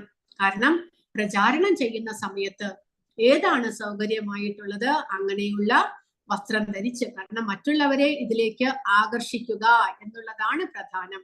അതിനു വേണ്ടിയിട്ട് നമ്മൾ സ്വയം മാറാനായിട്ട് നമ്മൾ തയ്യാറാകണം. എന്റെ അഭിപ്രായത്തിൽ ശുദ്ധമായ ഷേവ് ചെയ്ത ബ്രഹ്മചാരികളും കാവ്യ വസ്ത്രം ധരിച്ച ഗൃഹസ്ഥരും വൈകുണ്ഠത്തിൽ നിന്നുള്ള മാലാഖമാരെ പോലെയാണ്. ഇങ്ങനെ കാവ്യ വസ്ത്രം ധരിച്ചുകൊണ്ട് തലയെല്ലാം ഷേവ് ചെയ്ത് ഗൃഹസ്ഥന്മാരും ബ്രഹ്മചാരികളും ഭഗവാന്റെ സേവനങ്ങൾ ചെയ്യുന്നത് വൈകുണ്ഠത്തിൽ നിന്നുള്ള ഭക്തന്മാർ വന്നതുപോലെയാകുന്നു. അതുപോലെ തിലകധാരണം. സൊസൈറ്റിയിലെ അംഗങ്ങൾ നല്ല അമേരിക്കൻ മാന്യന്മാരെ പോലെ വസ്ത്രം ധരിക്കുകയാണെങ്കിൽ എനിക്ക് എതിർപ്പില്ല. എന്നാൽ എല്ലാ സാഹചര്യങ്ങളിലും ഒരു ഭക്തന് തിലകം, തലയിൽ പതാക, കഴുത്തിൽ മുത്തുകൾ എന്നിവ ഒഴിവാക്കാനാവില്ല. ഇവ അനിവാര്യമായ സവിശേഷതകൾ. വൈഷ്ണവരുടെ പരിചയമാണ് ഇങ്ങനെയുള്ള തിലകം ധരിക്കുന്നതും തലയിൽ ചുട്ടിയിടുന്നതും പിന്നീട് കഴുത്തിൽ കണ്ഠിമാല ധരിക്കുന്നതും വൈഷ്ണവരുടെ അടയാളങ്ങളാണ് എന്ന് പ്രഭുപാദ പറയുന്നു. കാരണം നമ്മുടെ ശരീരത്തിന്റെ 12 ഭാഗങ്ങളിൽ നമ്മൾ തിലകം ധരിക്കുന്നത് ആ ഭഗവാന്റെ നാമം ഉച്ചരിച്ചുകൊണ്ട് ആണ് നമ്മൾ ചെയ്യുന്നത്. അത് നമ്മുടെ ശരീരത്തിന്റെ ഭാഗങ്ങളെ എല്ലാം ഭഗവാൻ സംരക്ഷിക്കുന്നു. നെറ്റിയിൽ കേശവായ നമ എന്ന് പറയുമ്പോൾ അവിടെ ഭഗവാന്റെ കേശവൻ എന്നുള്ള അവതാരം നമ്മുടെ ശരീരത്തെ, ആ ഭാഗത്തെ സംരക്ഷിക്കുന്നു.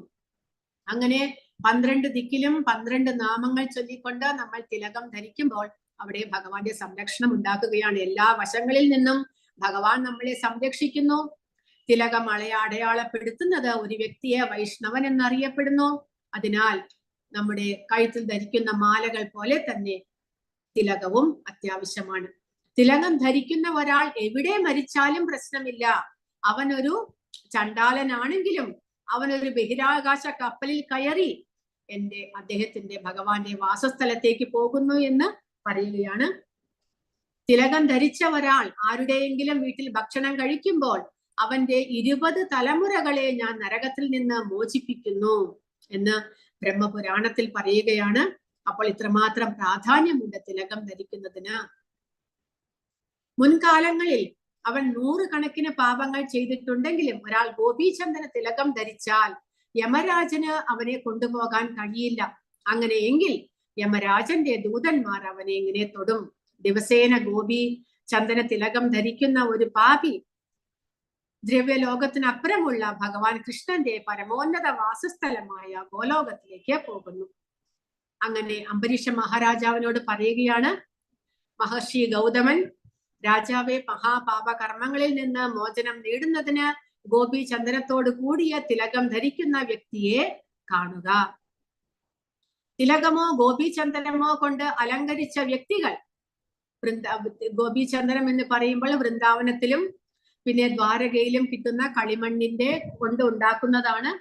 അവരുടെ ശരീരം മുഴുവൻ ഭഗവാന്റെ വിശുദ്ധ നാമങ്ങൾ കൊണ്ട് അടയാളപ്പെടുത്തുകയും അവരുടെ കഴുത്തിലും സ്ഥലങ്ങളിലും അടയാളപ്പെടുത്തുകയും ചെയ്യുന്നു. തുളസി മുത്തുകളാണ്. യമദൂതന്മാർ ഒരിക്കലും സമീപിക്കില്ല. ഇങ്ങനെയാണ് ഗോപീചന്ദനം 12 സ്ഥലങ്ങളിൽ 12 ഭഗവാന്റെ 12 നാമങ്ങൾ ചൊല്ലിക്കൊണ്ട് നമ്മൾ സമർപ്പിക്കേണ്ടതാണ്. പിന്നെ കൂടാതെ കണ്ഠിമാല, ഒരു വൈഷ്ണവൻ തന്റെ ശരീരം എങ്ങനെ അലങ്കരിക്കണമെന്ന് വിവരിക്കുന്ന ഒരു പ്രസ്താവനയുണ്ട്. വ്യക്തികൾ തുളസി കഴുത്തിലെ മുത്തുകൾ വിഷ്ണുവിന്റെ പ്രതീകമായ പ്രതിനിധാനങ്ങളുള്ള വിഷ്ണു ക്ഷേത്രങ്ങളായിട്ട് അവരുടെ ശരീരത്തിന്റെ 12 സ്ഥലങ്ങൾ ഭഗവാൻ വിഷ്ണു താമസിക്കുന്ന സ്ഥലമായിട്ട്, ക്ഷേത്രമായിട്ട് നമ്മൾ മാറ്റുകയാണ് ചെയ്യുന്നത്. 12 ദിക്കുകളിൽ നമ്മൾ ഗോപീചന്ദനം കൊണ്ട് അടയാളപ്പെടുത്തുമ്പോൾ ഭഗവാന്റെ നാമം ഉച്ചരിച്ചുകൊണ്ട് നമ്മുടെ ഹൃദയത്തിൽ വസിക്കുന്ന ആ ഭഗവാന്റെ ക്ഷേത്രത്തെ പരിശുദ്ധമാക്കുകയാണ് ചെയ്യുന്നത്. ക്ഷേത്രം എന്ന് പറയുമ്പോൾ അവിടെയാണ് ഭഗവാൻ വസിക്കുന്നത്. നമ്മുടെ ശരീരത്തെയും നമ്മൾ ക്ഷേത്രമായിട്ട് മാറ്റുന്നു. വിഷ്ണു തിലകം അവരുടെ നെറ്റിയിൽ ഈ ലോകത്തിലെ ഭഗവാൻ വിഷ്ണുവിന്റെ ഭക്തരായി മനസ്സിലാക്കണം. അവരുടെ സാന്നിധ്യം ലോകത്തെ ശുദ്ധീകരിക്കുന്നു. എല്ലാവർക്കും മാല ചാർത്താൻ പറ്റില്ല. ആർക്കൊക്കെയാണ് മാല ധരിക്കാൻ സാധിക്കുന്നത്? മാംസം കഴിക്കാത്തവർക്ക്, ഒരു തരത്തിലുള്ള ലഹരിയും പാടില്ല, ചൂതാട്ടം കളിക്കരുത്, കൂടാതെ അവിഹിത ബന്ധം ഇല്ലാത്തവർ, അങ്ങനെയുള്ളവർക്ക് മാത്രമേ കണ്ഠിമാല ധരിക്കാനായിട്ട് പാടുകയുള്ളൂ.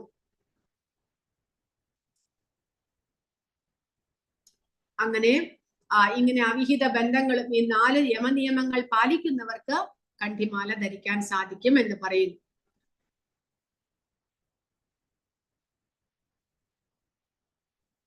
സാരി ഉടുക്കാൻ കഴിഞ്ഞാൽ നന്നായിരിക്കും. ജദുറാണിയോട് പറയുകയാണ്, മാധവീലത എന്നുള്ള ഭക്തയോട് പറയുകയാണ്, ജദുറാണിയുടെ നിന്ന് പഠിക്കാൻ സാധിക്കും. ജദുറാണി പ്രഭുപാദരുടെ ശിഷ്യയായിരുന്നു. ഒരു നല്ല പെൺകുട്ടിയാകാൻ, ഒരു നല്ല ഭക്തയാകാനായിട്ട് സാരി ധരിക്കേണ്ടത് അത്യാവശ്യമാണ് എന്ന് പറയുന്നു. ഇതെല്ലാം പ്രഭുപാദ സംഭാഷണമാണ്. നമ്മൾ അറിയപ്പെടേണ്ടത് തലമുടി നീട്ടിയവരല്ല, തല മൊട്ടയടിച്ചവർ എന്നാണ്. ഇത് വൈരുദ്ധ്യമാണ്. മാസത്തിൽ ഒരിക്കലെങ്കിലും തല മൊട്ടയടിച്ചിരിക്കണം. 4 ദിവസത്തിന് ശേഷം പൂർണിമയുള്ള ദിവസത്തിൽ നമ്മൾ ഷേവ് ചെയ്തിരിക്കണം എന്ന് പ്രഭുപാദ പറയുന്നു.